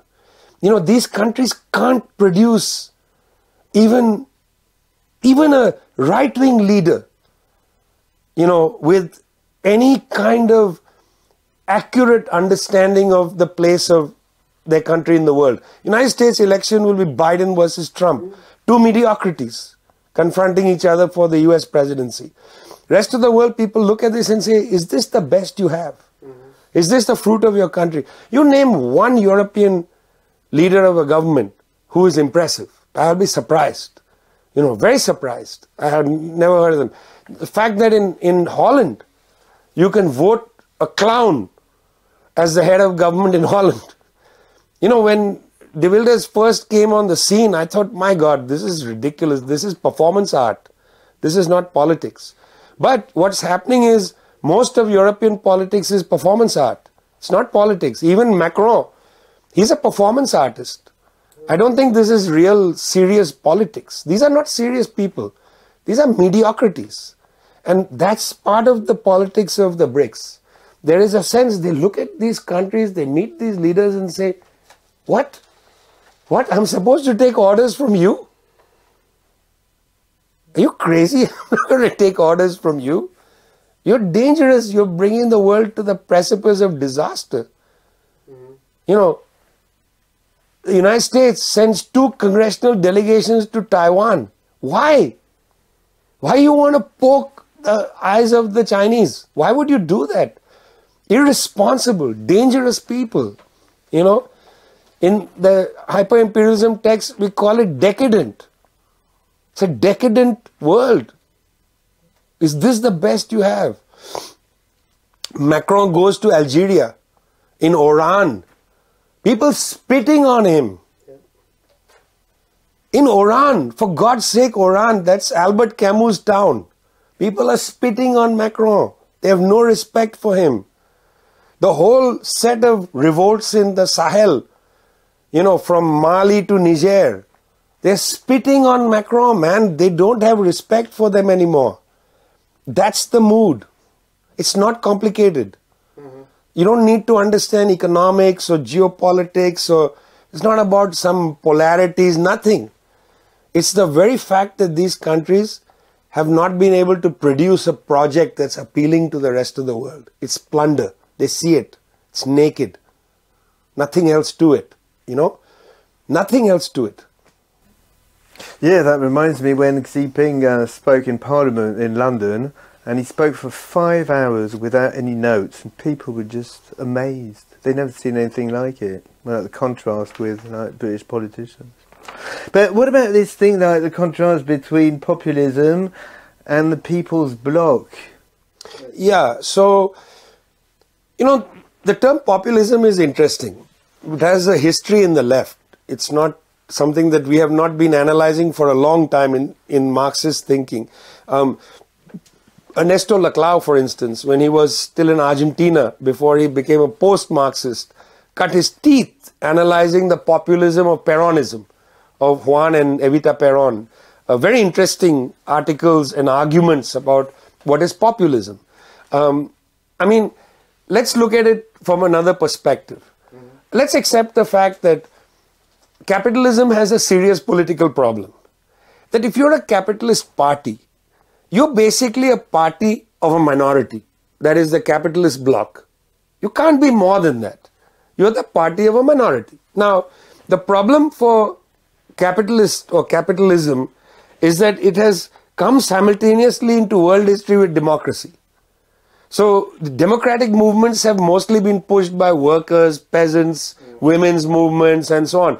It's the margins that have democratized the world. The capitalist bloc likes the idea of democracy only because it's thrust on them. They are not the great champions of democracy. They may use the word freedom and democracy to attack socialists, but this is not their preferred operating form. They would prefer the dictatorship.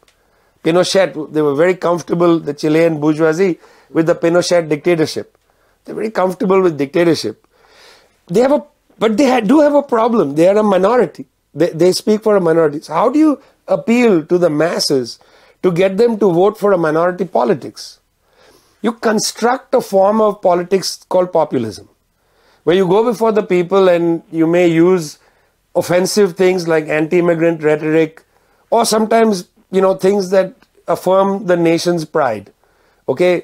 Like, for instance, you can talk about the great history, long history of France, You might root that in the French Revolution. Say, we have a great Republican history. Now, at the same time, you're saying, Muslim girls should not wear scarves in public. But we have a great history of republicanism and personal freedom. You can do whatever you want, except not them. But that you can do whatever you want. Oh, and by the way, nuns can wear headscarf. We have no problem with that. But we have a great tradition. Laicite, fraternité, all that stuff. That appeals to a population, even if your own political agenda is extraordinarily narrow. That is populism. In many senses, French republicanism is a form of populism. A narrow capitalist bloc can yet make an appeal above its class interests to a broader public and say, come with me because you and I reflect the same great culture.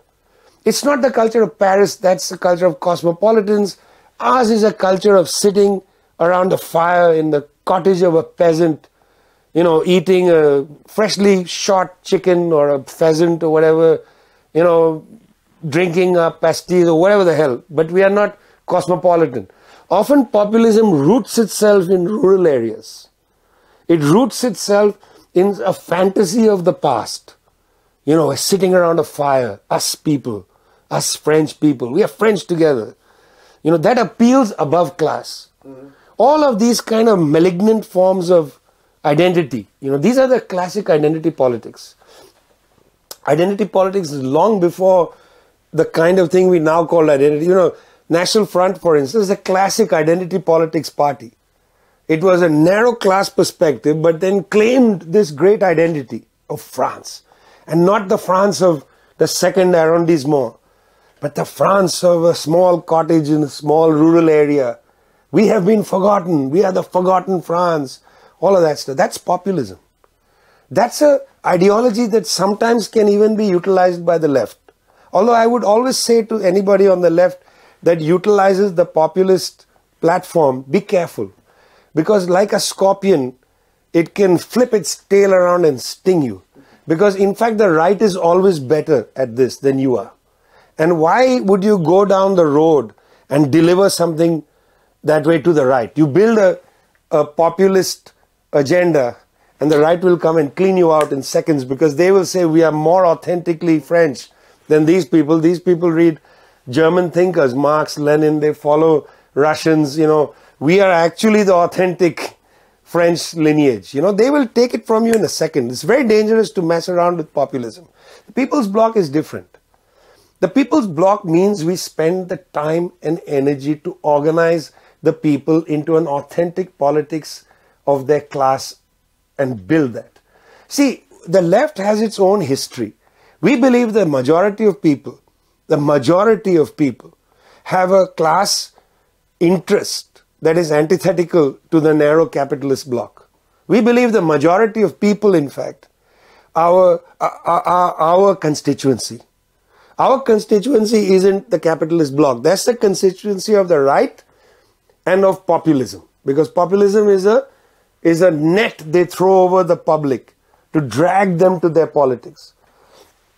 But we want to build the People's Bloc. We want to build a unity of all the classes. You see, a left political party should never try to substitute for the people. We are there to build the People's Bloc. We are there to help lead the process of unifying the people, giving the people the clarity and confidence to help us seize power with them. But we don't substitute for them. This is not a question of we want your vote so we can be in power. We want to be with you and we want you to accompany us and we want to accompany you as we come there and take power of the state. You see, so that's the People's Bloc. It's not a populism. Because, as I say, populism has a kind of level of fraud to it. And our job is not to lie to the people. Our job is not to go to the people and say your problem is immigrants. Because frankly, yes, it may be true that an immigrant comes into the neighborhood and wages drop. Maybe true in one or two instances here and there. These things could be true. But that's not your enemy. Okay, that's not your enemy. I was very interested to listen to Maloney talk about immigration, where these Italian right-wing politicians are now saying, look, okay, it's not the immigrants' fault. But they say it's the fault of our policies. They actually want to live at home. We need to have a better trade agreement with them and so on. In fact, in that sense, the left should be saying that as well. It's not like people want to leave Senegal and come to Paris to clean your house, okay? They don't want to come to Paris to be treated with disrespect. That's not what they want. The dream is not to come and clean the subway of Paris. Okay, but your economic policies are forcing people to flee their homes. There's nothing anti-immigrant in saying that. It's actually pro-human to make that argument, right? But we don't have the capacity because we've been scared and bludgeoned by the populism of anti-immigrant rhetoric that we ourselves cannot make a legitimate human argument about immigration. I would always say, welcome the migrant. But I would also say, migration isn't the solution to the imperialist problem. That's not the solution. Okay, I have some problems with some of our friends who say, well, we have to take the indigenous working class seriously. Of course we do. Of course. But that assumes that the indigenous working class is populist, is already incorporated racism. I don't agree with that at all. In fact, I think in most societies, West also included, The working class is extremely hospitable to migrants from other places in the world. The working class welcomes migrants into their communities. Where does the person who cleans the subway of Paris live? Not in the fancy areas, the liberal areas of town that may put up a sign saying we welcome migrants. You don't welcome migrants. They can't afford to live in your area. You welcome them as your servant. The people who actually welcome them are the working class. We have to build those fraternal ties, but we still have to make the argument that people don't necessarily feel that migration is the solution to imperialism or capitalism. People want to live in their lands. They want to live with their family. They don't want to be broken from their family 30 years and be in the practice of video calling with their children and sending remittances and so on. That's out of desperation. But again, on the left, we don't have a language to talk about this. We are uncomfortable, and therefore we can't build the people's bloc because we enter with slogans. We are for migration. I'm not for migration. I'm for people. Migration is a bourgeois category. We are for people. We want people to be able to live in dignity. We want nations to live with sovereignty. But that doesn't mean I should fall into the trap set by the populists. Why should I answer them and then negate what they say? It's not a Marxist approach. The populist says, I am anti-immigrant. I say to them, no, you are not anti-immigrant. You just don't understand how the world works. You don't understand how the world works. If a right-wing person says, well, why don't they stay at home? That's a good opportunity to talk about trade policies. It's a good opportunity to talk about why in Western Africa they still have to use the French franc. Why can't they have their own currency? Why do they have to keep their revenues in the Bank of France? It's a good opportunity not to get upset with the right-wing person. When they say, why don't they stay at home? Say, okay, let's talk about that. It's a great moment of mutual education within the class. So I think those are the ways that populism, which is their politics, is very different from ours, which is building the people's bloc. What sometimes we call in terms of tactics, the United Front or the Broad Front, in Latin America, Frente Amplio, and so on. Those are tactical terms. But underneath that, the theoretical thing is we're building the people's bloc. And the people's bloc is more than just electoral. The people's bloc actually is a social concept. It's not an electoral concept. Frente Amplio, Broad Front, United Front, these are tactical concepts for elections. Very valuable concepts. But in fact, the people's bloc, that's a social concept. You have to tie the people to each other. You have to give the people a sense of unity of the class. And I tell you what happens when the left starts attacking each other. It divides and confuses the people's bloc. And this is why I always feel that the left has to find a good way of debating and discussing with each other. It's kind of silly, and I've seen this all over the place. The left in public yelling at each other. It confuses and dismays the class. The class doesn't understand why you guys are disagreeing. It's an intellectual debate. Take it to a private seminar room. Don't have it on the streets in front of the class. It's a big error. We can't repeat what the Russians did in the 19th century. They fought with each other in public. But you know what their public was? It was small newspapers that only they read. It was letters written back and forth. You read Lenin, Lenin is vicious against people. But it's often Lenin writing for a publication with only like 200-300 people read. When Lenin attacks, even What Is to Be Done, that was not a mass circulation text. That was a text written essentially for the Menshevik and Bolsheviks in the Russian. It was an internal text. Most of Lenin's most vicious writing is within the party. He's having a debate inside the party. He doesn't stand up in a factory and start criticizing his comrades. In What Is to Be Done, Lenin writes the difference between propaganda and agitation. When you're in the mood of agitation, you don't go and attack the left in public. It's insane. Because the class doesn't understand what you're doing. They don't have the context, the history of left struggles and so on. It all looks comical. We lose the respect of the people's bloc. We can't construct the people's bloc if they don't respect people who are trying to build it. Okay, so these things are all united. Je voudrais passer à un troisième livre, Red Star Over the Third World, Étoile rouge sur le tiers-monde, qui traite des expériences socialistes dans le tiers-monde et sur le rayonnement de l'URSS, sur la décolonisation et sur ses expériences socialistes. Yeah, in Red Star Over the Third World, which is a short book, of course, you know, there's a lot that, of course, we'd have liked to know, you know, if you could have expanded on a couple of things, which you will do, of course, one day. You talked about the contribution of the Soviet Union to the developing world, to decolonization, obviously, and anti-imperialism.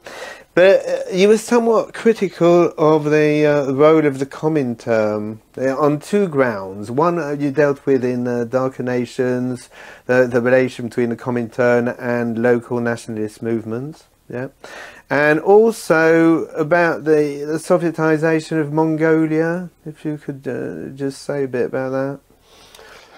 You know, it's interesting how when you're fighting for your national liberation, it's a real fight for national liberation.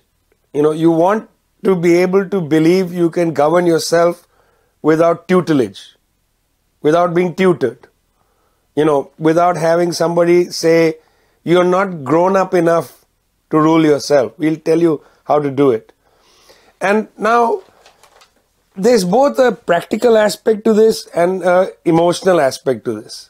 Because it's true that in most places that had been colonized, in India, for instance, when the British were thrown out after 400 years of colonialism, the literacy rate was just about 12.5%. So after so many years, only 12.5% of the population could write their name, okay? Because literacy is a very low standard. That means you do need some help in some areas. Fortunately for India, 12.5% of several hundred million at the time was a lot of people. So you could build the capacity to generate, as India did, an immense infrastructure of science and tech teaching. You built major universities in India, major school project, because 12.5% of the number of Indians there are is still a lot of people. But if you're a small country and you have a socialist breakthrough and only 12-15% of the population, you know, is capable of doing certain things, you need to get help from somewhere. So there's a practical aspect of this. It's important that in many countries the Soviets sent advisors and experts, you know, to advise on economic matters, technical matters, helping build modern electricity and so on. It was very valuable. On the other hand, there's a way in which technical assistance and this kind of application of expertise becomes a surrendering of some sovereignty, because along comes the expert who says, no, I'll make your plan for you. You don't have to make your plan for yourself. There's a way in which sometimes these things become, there's attrition, you know, and you don't actually get your national liberation. Now your ally has come and started taking over things. And you see that in some of the, you know, let's call it peripheral areas. Mongolia, which had a revolution just about a year and a half after the Bolshevik Revolution. It had an authentic revolution. Mongolian people rose up, they overthrew the monarchical structure, and they created a Soviet republic in, you know, to some extent in mimicry of what the Soviets had happened in Leningrad. And so, I mean, part of my interest in all of this is that when you think about, you know, the need to have experts come in, sometimes the expert can come in and even if they don't intend to, they can overstep their brief. You know, they start dictating the terms of what you should do and how you should run things. And I think that begins to happen in the history of the left. It's not just about Soviet Union, Mongolia, you know, it happens in the history of the left that, you know, the expert comes from outside and starts dictating terms. Rather than saying, you tell us how we can assist you. Like you run the show, Don't let us come in and start dictating terms. But this is not a choice. It's not a subjective decision. Objectively, you get dragged into these things, So even now, you'll see that China is doing certain things on the African continent and so on. From a certain perspective, it looks like China is dictating the terms, saying, well, what we think you should do is the following. Well, they have a lot of experience. They have been able to break the yoke of dependency. And also, on the other side of it, many countries around the world don't have a proper project to sit and put before the Chinese and say, look, we want this, We haven't developed that counter project to have a discussion debate. So it looks like the bigger country is dictating the terms. When Che Guevara goes to Algiers in 1965 and gives an address at the Afro-Asian meeting on economics, he very much talks about socialist solidarity, solidarity economy, solidarity trade. It's not that the Soviet Union doing Cuba a favor by buying the sugar cane and buying the sugar. They're not doing a favor. I mean, they're getting sugar. But they're giving a price that is acceptable, a socialist price. But, there was a sense in Che's speech there that, okay, we're still paying, we're still selling you a primary commodity. We're not developing our industry. So, this is hardly different than if we were selling to the USA, So there's a bitterness and anger also in this situation. And, in a way, also the larger socialist countries of the time, Soviet Union then, China now, and so on, have therefore a huge obligation to participate in a way to allow the sovereignty of countries, not to dictate the terms, but also to assist in the industrialization of these parts of the world. It's very interesting. In the last couple of years, the Chinese government and Xi Jinping in particular have been talking about industrialization in Africa. What they've been saying is no more just buying cobalt and copper and so on. We want you to actually process it to benefit from the value added. Now, got to also say that this is partly because the Chinese economy has developed so much that they don't necessarily need to process. It's called the flying geese method. The Japanese pioneered flying geese. The lead goose. When the lead goose first develops textiles, and after the lead goose has broken through, they can move the textile industry downstream, and then they develop electronic goods. Then they move the electronic goods. They start developing, computerized something, and then, they keep advancing, but they keep moving industry downstream. Well, interestingly, that was the Japanese thinking. They moved industry to Taiwan and to, South Korea, and they kept advancing. Well, the British didn't do that. During the British Empire, they didn't have a flying geese method. They wanted to dominate industry. Some sectors they did let loose, but for other reasons, pragmatic reasons of distance and so on, not because they believed in this idea of industrializing their colonies. Well, now, interesting, the Chinese are talking directly about processing things in Africa, not having to, ship unprocessed cobalt or copper, but to have processing plants. Some of that is to capture the value in these countries themselves. That's important. Whether it comes from the flying geese theory or it comes from socialist economics, don't want to make a judgment because both ways will require industrialization to grow. So when we think, in 1919, the Mongolian revolution wasn't treated by the Soviets as equal.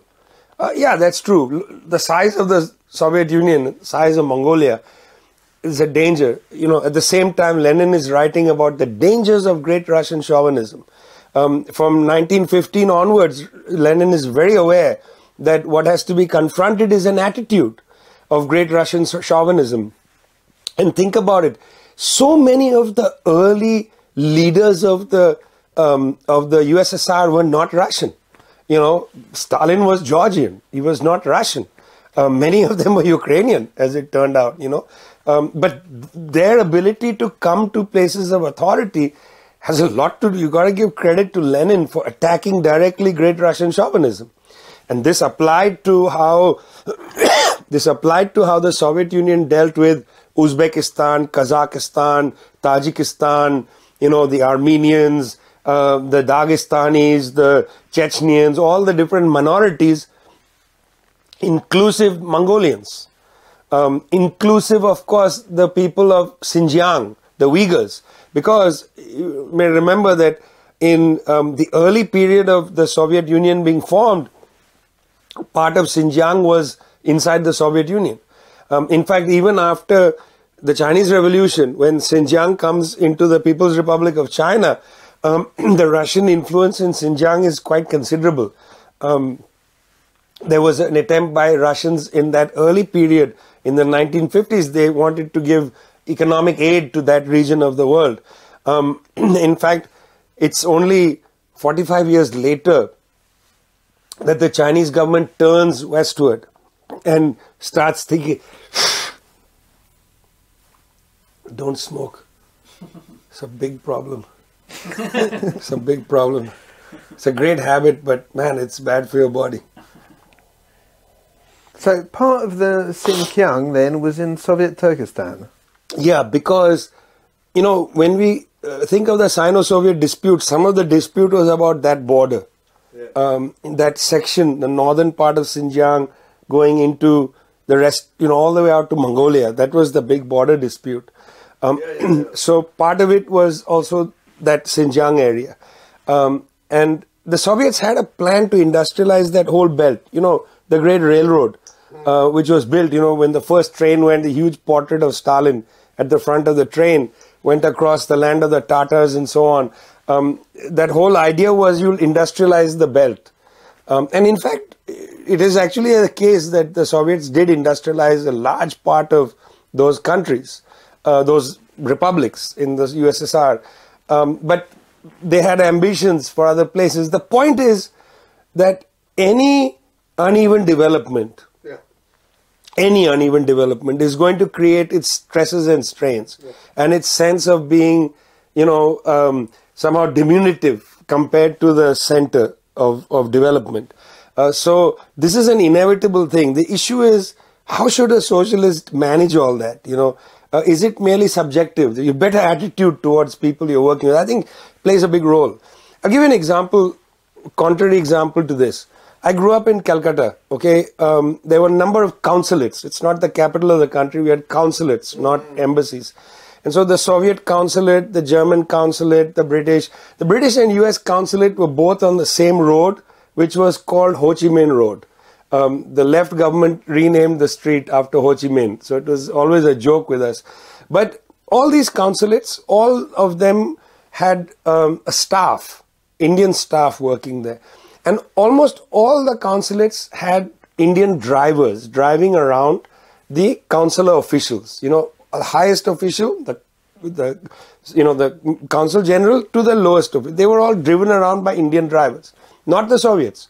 They drove themselves. Now, that was interesting to see these Soviets driving themselves. It's hard to explain, but in India, to drive yourself in the 1970s was, if you had a car, you had a driver, you didn't drive yourself. It's not like some American civilization, But even the American consulate, they had an Indian driver. They sat in the back, chauffeur-driven car. It was a matter of authority and pride. But the Soviet drivers drove themselves. It's this subjective thing that sends a message, We don't need to have somebody chauffeur us around. We can drive ourselves. We'll carry our own luggage in the airport and so on. This is a subjective thing. So in that sense, even in uneven development, sometimes attitudes matter. And if you train people to come into a circumstance, and in China now they are having serious discussions about this, that, when people go and set up even private companies in Africa, what should be their attitude towards the people around them? They should go through seminars. They need to learn how to operate with other people. They need to learn the language and so on. They can't stick with each other. They're actually thinking about these subjective factors now in China. After about 10, 12 years of the deepening of China-African relations with the different countries. In the 1960s and 70s, the Chinese built an incredible railroad, the Tanzam Railroad. that connected Zambia to Tanzania. It's an incredible railroad. Chinese people died building that railroad and so on. Then Chinese forgot about that story. In the last 10 years, they've revived the story. They're telling that story again, in a way pedagogically, to tell Chinese people who are going to Africa that, look, we went there in an element of total solidarity, built the train and left. I've just done this book with Noam Chomsky. When Chomsky and I were working on the section on the Cuban entry into Angola to fight militarily against the apartheid armies, Chomsky said to me, "You got to add in this point." What's the point, Noam? Well, the point is that the Cubans came in, they died in Angola at Cuituconivale fighting against the apartheid forces. And then having defeated the apartheid forces, they saluted the Angolans and they went home. They didn't ask for concessions. They didn't ask for oil revenues. They didn't ask to be paid. They came, they fought, they sacrificed, they left. They didn't demand anything. It's very, in the history of the world, very few instances where a small socialist country, in Cuba, 11 million people now, small, has sent its army forces to fight for somebody else's liberation and not demanded anything for it, just saluted and left. It's extraordinary. When Nelson Mandela leaves jail, the first country he goes to in the Americas is Cuba. He doesn't go to Washington, goes to Cuba.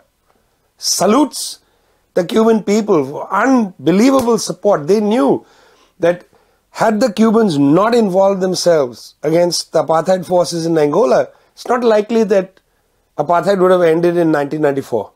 Might have gone on longer. They knew the value, the immense solidarity of the Cuban undertaking there.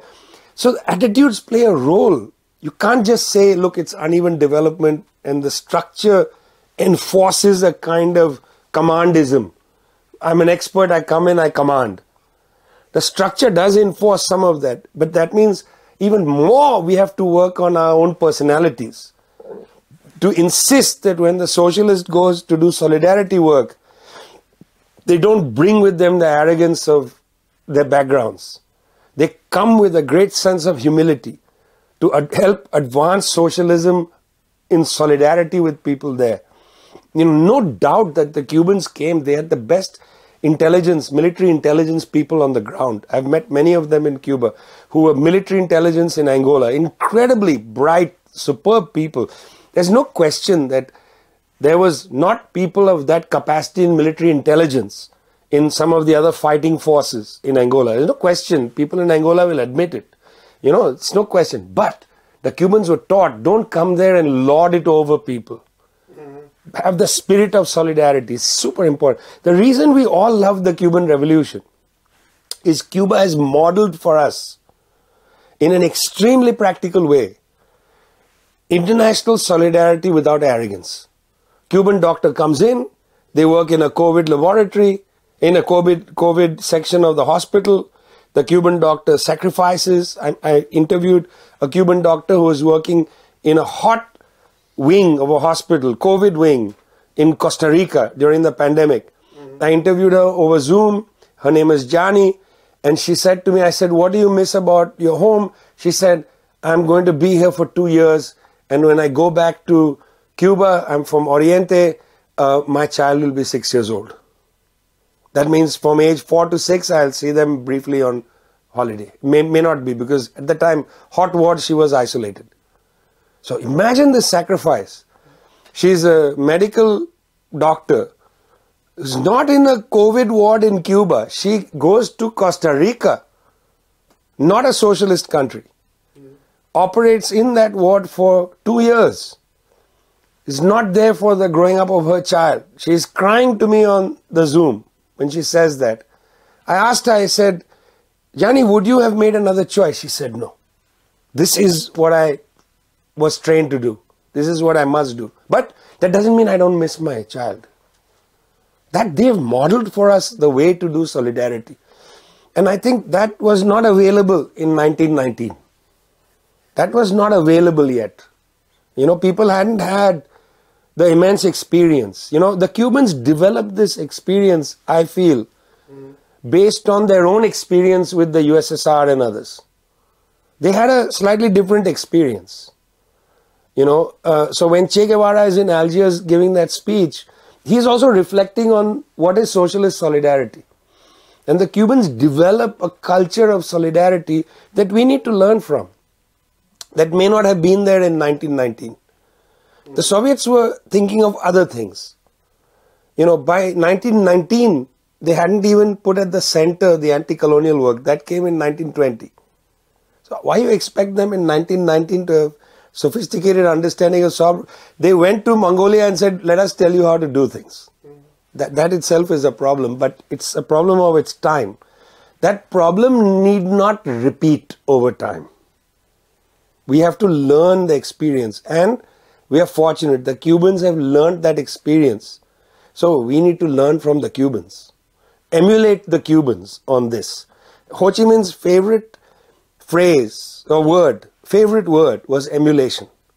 He says the comrade must emulate. Who do you emulate, Comrade Ho Chi Minh? You emulate the best of us. You know, we must learn from each other. He writes movingly in his text about don't follow bureaucratism and commandism. Don't have a bureaucratic attitude. Don't command people. Just because I am a party secretary, I tell you what to do. He said, commandism is not the way. The way is emulation. Behave in such a way that other comrades want to behave like you. If you are a commandist, nobody wants to follow you, they don't want to be like you. And if they do, then your whole project will fail because it will be saturated in commandism, everybody yelling at each other. Emulation is a very interesting concept because it has a resonance with Buddhism. In Buddhism as well, you know, the way of the Buddha is not that Buddha tells you what to do. You are supposed to emulate the Buddha and then the Bodhisattvas. He draws from these old histories. But I'm very much in favor of these ideas. I think it's much better to lead by emulation than leading by command. And I think that's the key thing. Great, thanks. Right. Oui, maintenant, on est entré un peu dans le thème de la lutte anti-impérialiste. Les deux derniers livres, bon, il y en a un qui fera l'objet d'une réunion future, donc une brève histoire des opérations secrètes de Washington, et le tout dernier livre, The Withdrawal, Iraq, Afghanistan, Libya and the Fragility of U.S. Power, donc traite de la retraite américaine de ces parties du monde. So why did you say the U.S. is now fragile? Yeah. I mean, it's not just the US. I think the G7 countries, they don't exactly know how to lead the world. They don't know how to do it. They don't have a compelling argument. Because they've allowed their elites to keep their own wealth, they don't even have the money collectively to drive a development agenda. And this has created a sense of fragility. They don't know how to lead the world. They don't know what to say. They don't know how to talk. You know, Biden doesn't know how to talk about the world. They just don't know. They don't have a compelling argument to justify their own attempt at leadership. So when they use phrases like rules-based international order, everybody laughs at them. Rules-based, you keep breaking the rules. Right? They don't have a compelling argument. That creates fragility. You know, what is fragility? Fragility is the recognition that you are not as powerful as you were or you think you should be. You know, we call fragile masculinity. The fragile masculinity is that man who feels that he should be powerful and obeyed, but nobody is obeying him. You know, in a house, the father is no longer obeyed.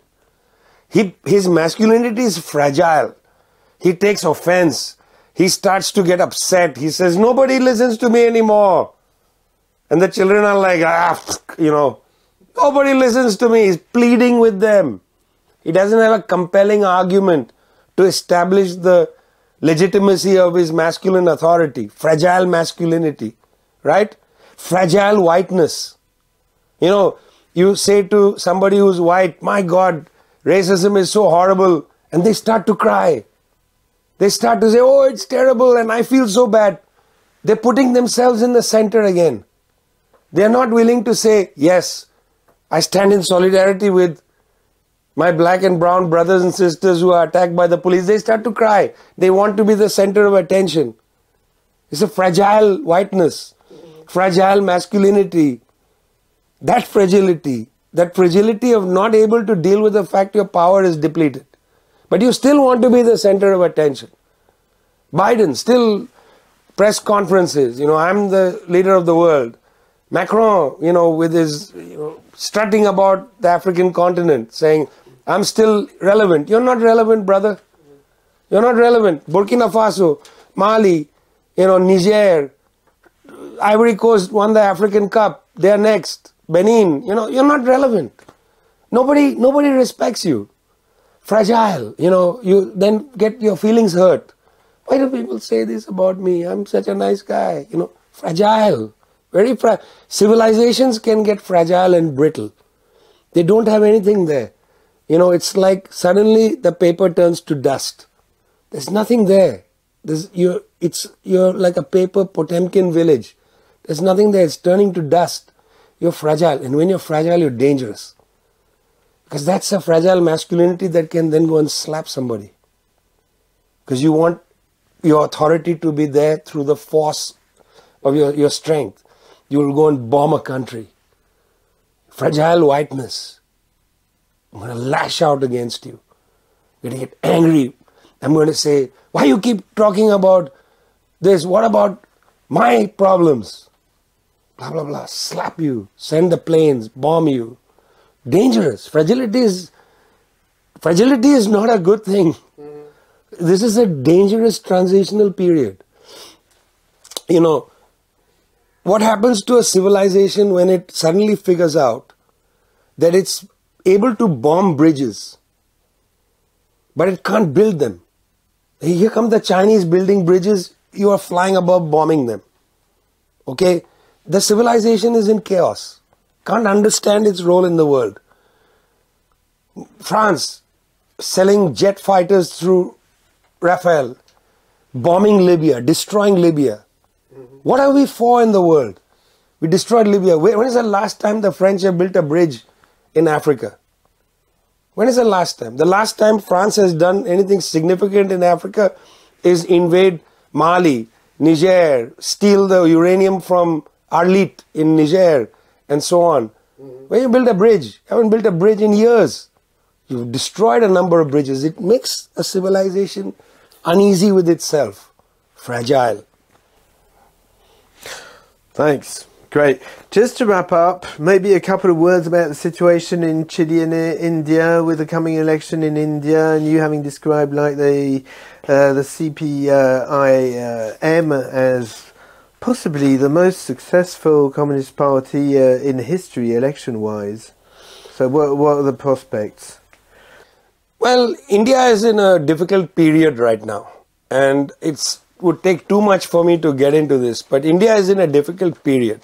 I mean, you have a government which has used the great platform of populism to drive a kind of religious politics. They have yoked together, put together a religious politics, a religious fantasy of the past. They've put that together with people's desire for dignity. So they've said, for instance, we're going to build a temple to Ram, the great mythical or the great god Ram, however you understand it. We built a temple to the god Ram. That temple is an affirmation of your dignity. You can be starving. You can have no house. You can be in difficult debt situation and so on. But your identity is affirmed by the building of this temple. You know, on the left side, we have often neglected what we sometimes dismiss as symbolic politics. But this is not exactly symbolic. It is, even symbols can have a material force. In this case, the politics of saying that temple is your identity, you know, identify with it. It's a powerful weapon for the right. Because, you know, tiny, I mean, demographically, it's not tiny. Hundreds of millions of Muslims in India. but percentage-wise 10, 12%, it's not electorally significant, but it's a large number of people, 100 million. So when you say this is the identity of India and you disparage minorities, okay, when you're doing that, that has a material force. Sections of the lower middle class, sections even maybe of the upper end of the working class are attracted by that. And we don't really know what to do in response as the left. What we can do is defend the minority, like we do all over the world. We'll defend the minority. But by defending the minority, you're not winning over the people who are going to the right. And, I don't have an alternative. I can't say, hey, listen, I'm going to build a temple to the Constitution. Could be an interesting experiment. Hey, guys, this temple we're building, this is your identity. It's the great Constitution. There's a big book in there, we should pray there. But how is that helping anything? And anyway, it's not going to be a captivating material force. Partly because, as in all countries, there are divisions in the country. There are ugly ideologies. The right has an advantage. The right basically can grab an ugly identity from the past, an ugly ideology, and magnify it, like racism, Or you can say in France, you can say, there's too much cosmopolitanism in the cities. It doesn't sound like you're being a racist, but you're being a racist. What you're talking about is there's too many people of African descent, maybe too many Asians, too many Latinos, whatever. But it's couched in an interesting way. What you're doing is you're putting your finger into the dirt of the past and pulling something up that appeals to a section. It's there, a part of them. We want to, in the left, we want to make history about the better side of our nature. But let's admit it, our nature does have some ugly things. And the right constantly pulls on these things which exist. This idea that the rule of the father is being deteriorated, okay? That why should a house not have a father? What's wrong with that? If you had a father, then the children would behave better.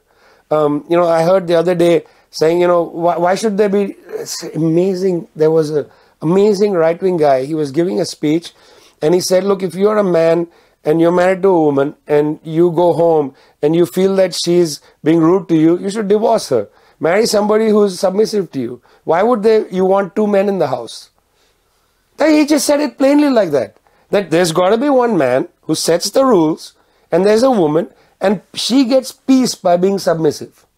Because if there are two men in the house, now, he's not talking about homosexuality. He's talking about if a woman behaves like a man, then you're going to have conflict. So you want to have no conflict in the house?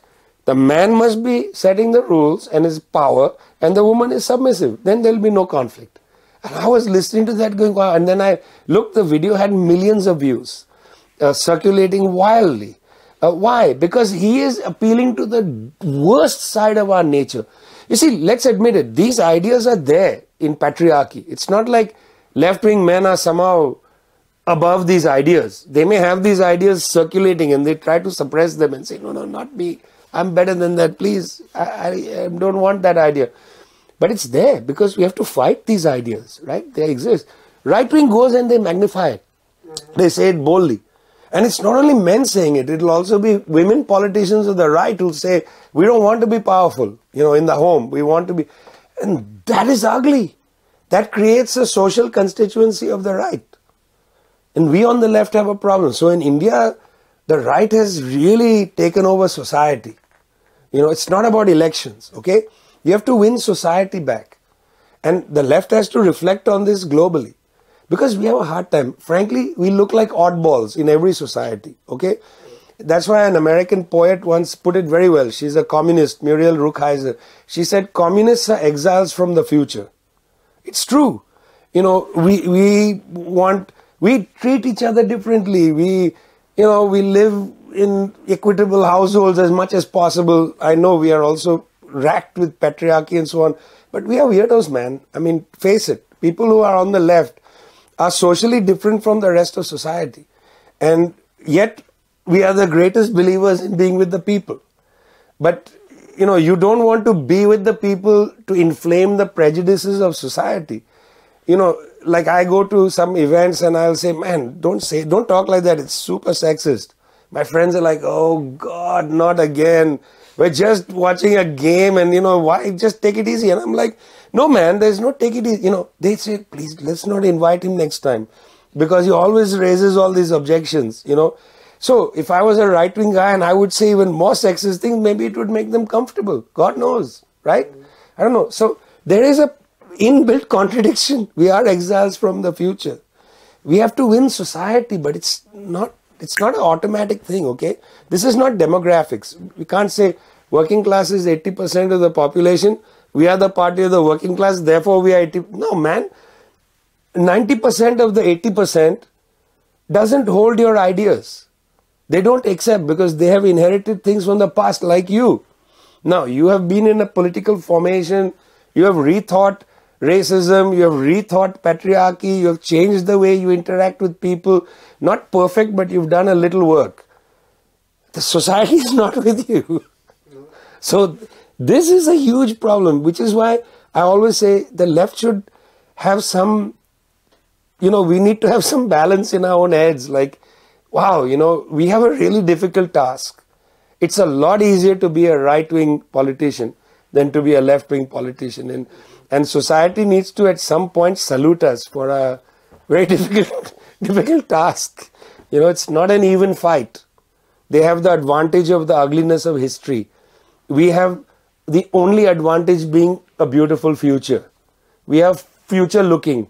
They are past looking. They have an advantage. Yeah. Okay. Thanks a lot. Thank you very much. Till next time. These are all my cliches. You have been fed by all my cliches.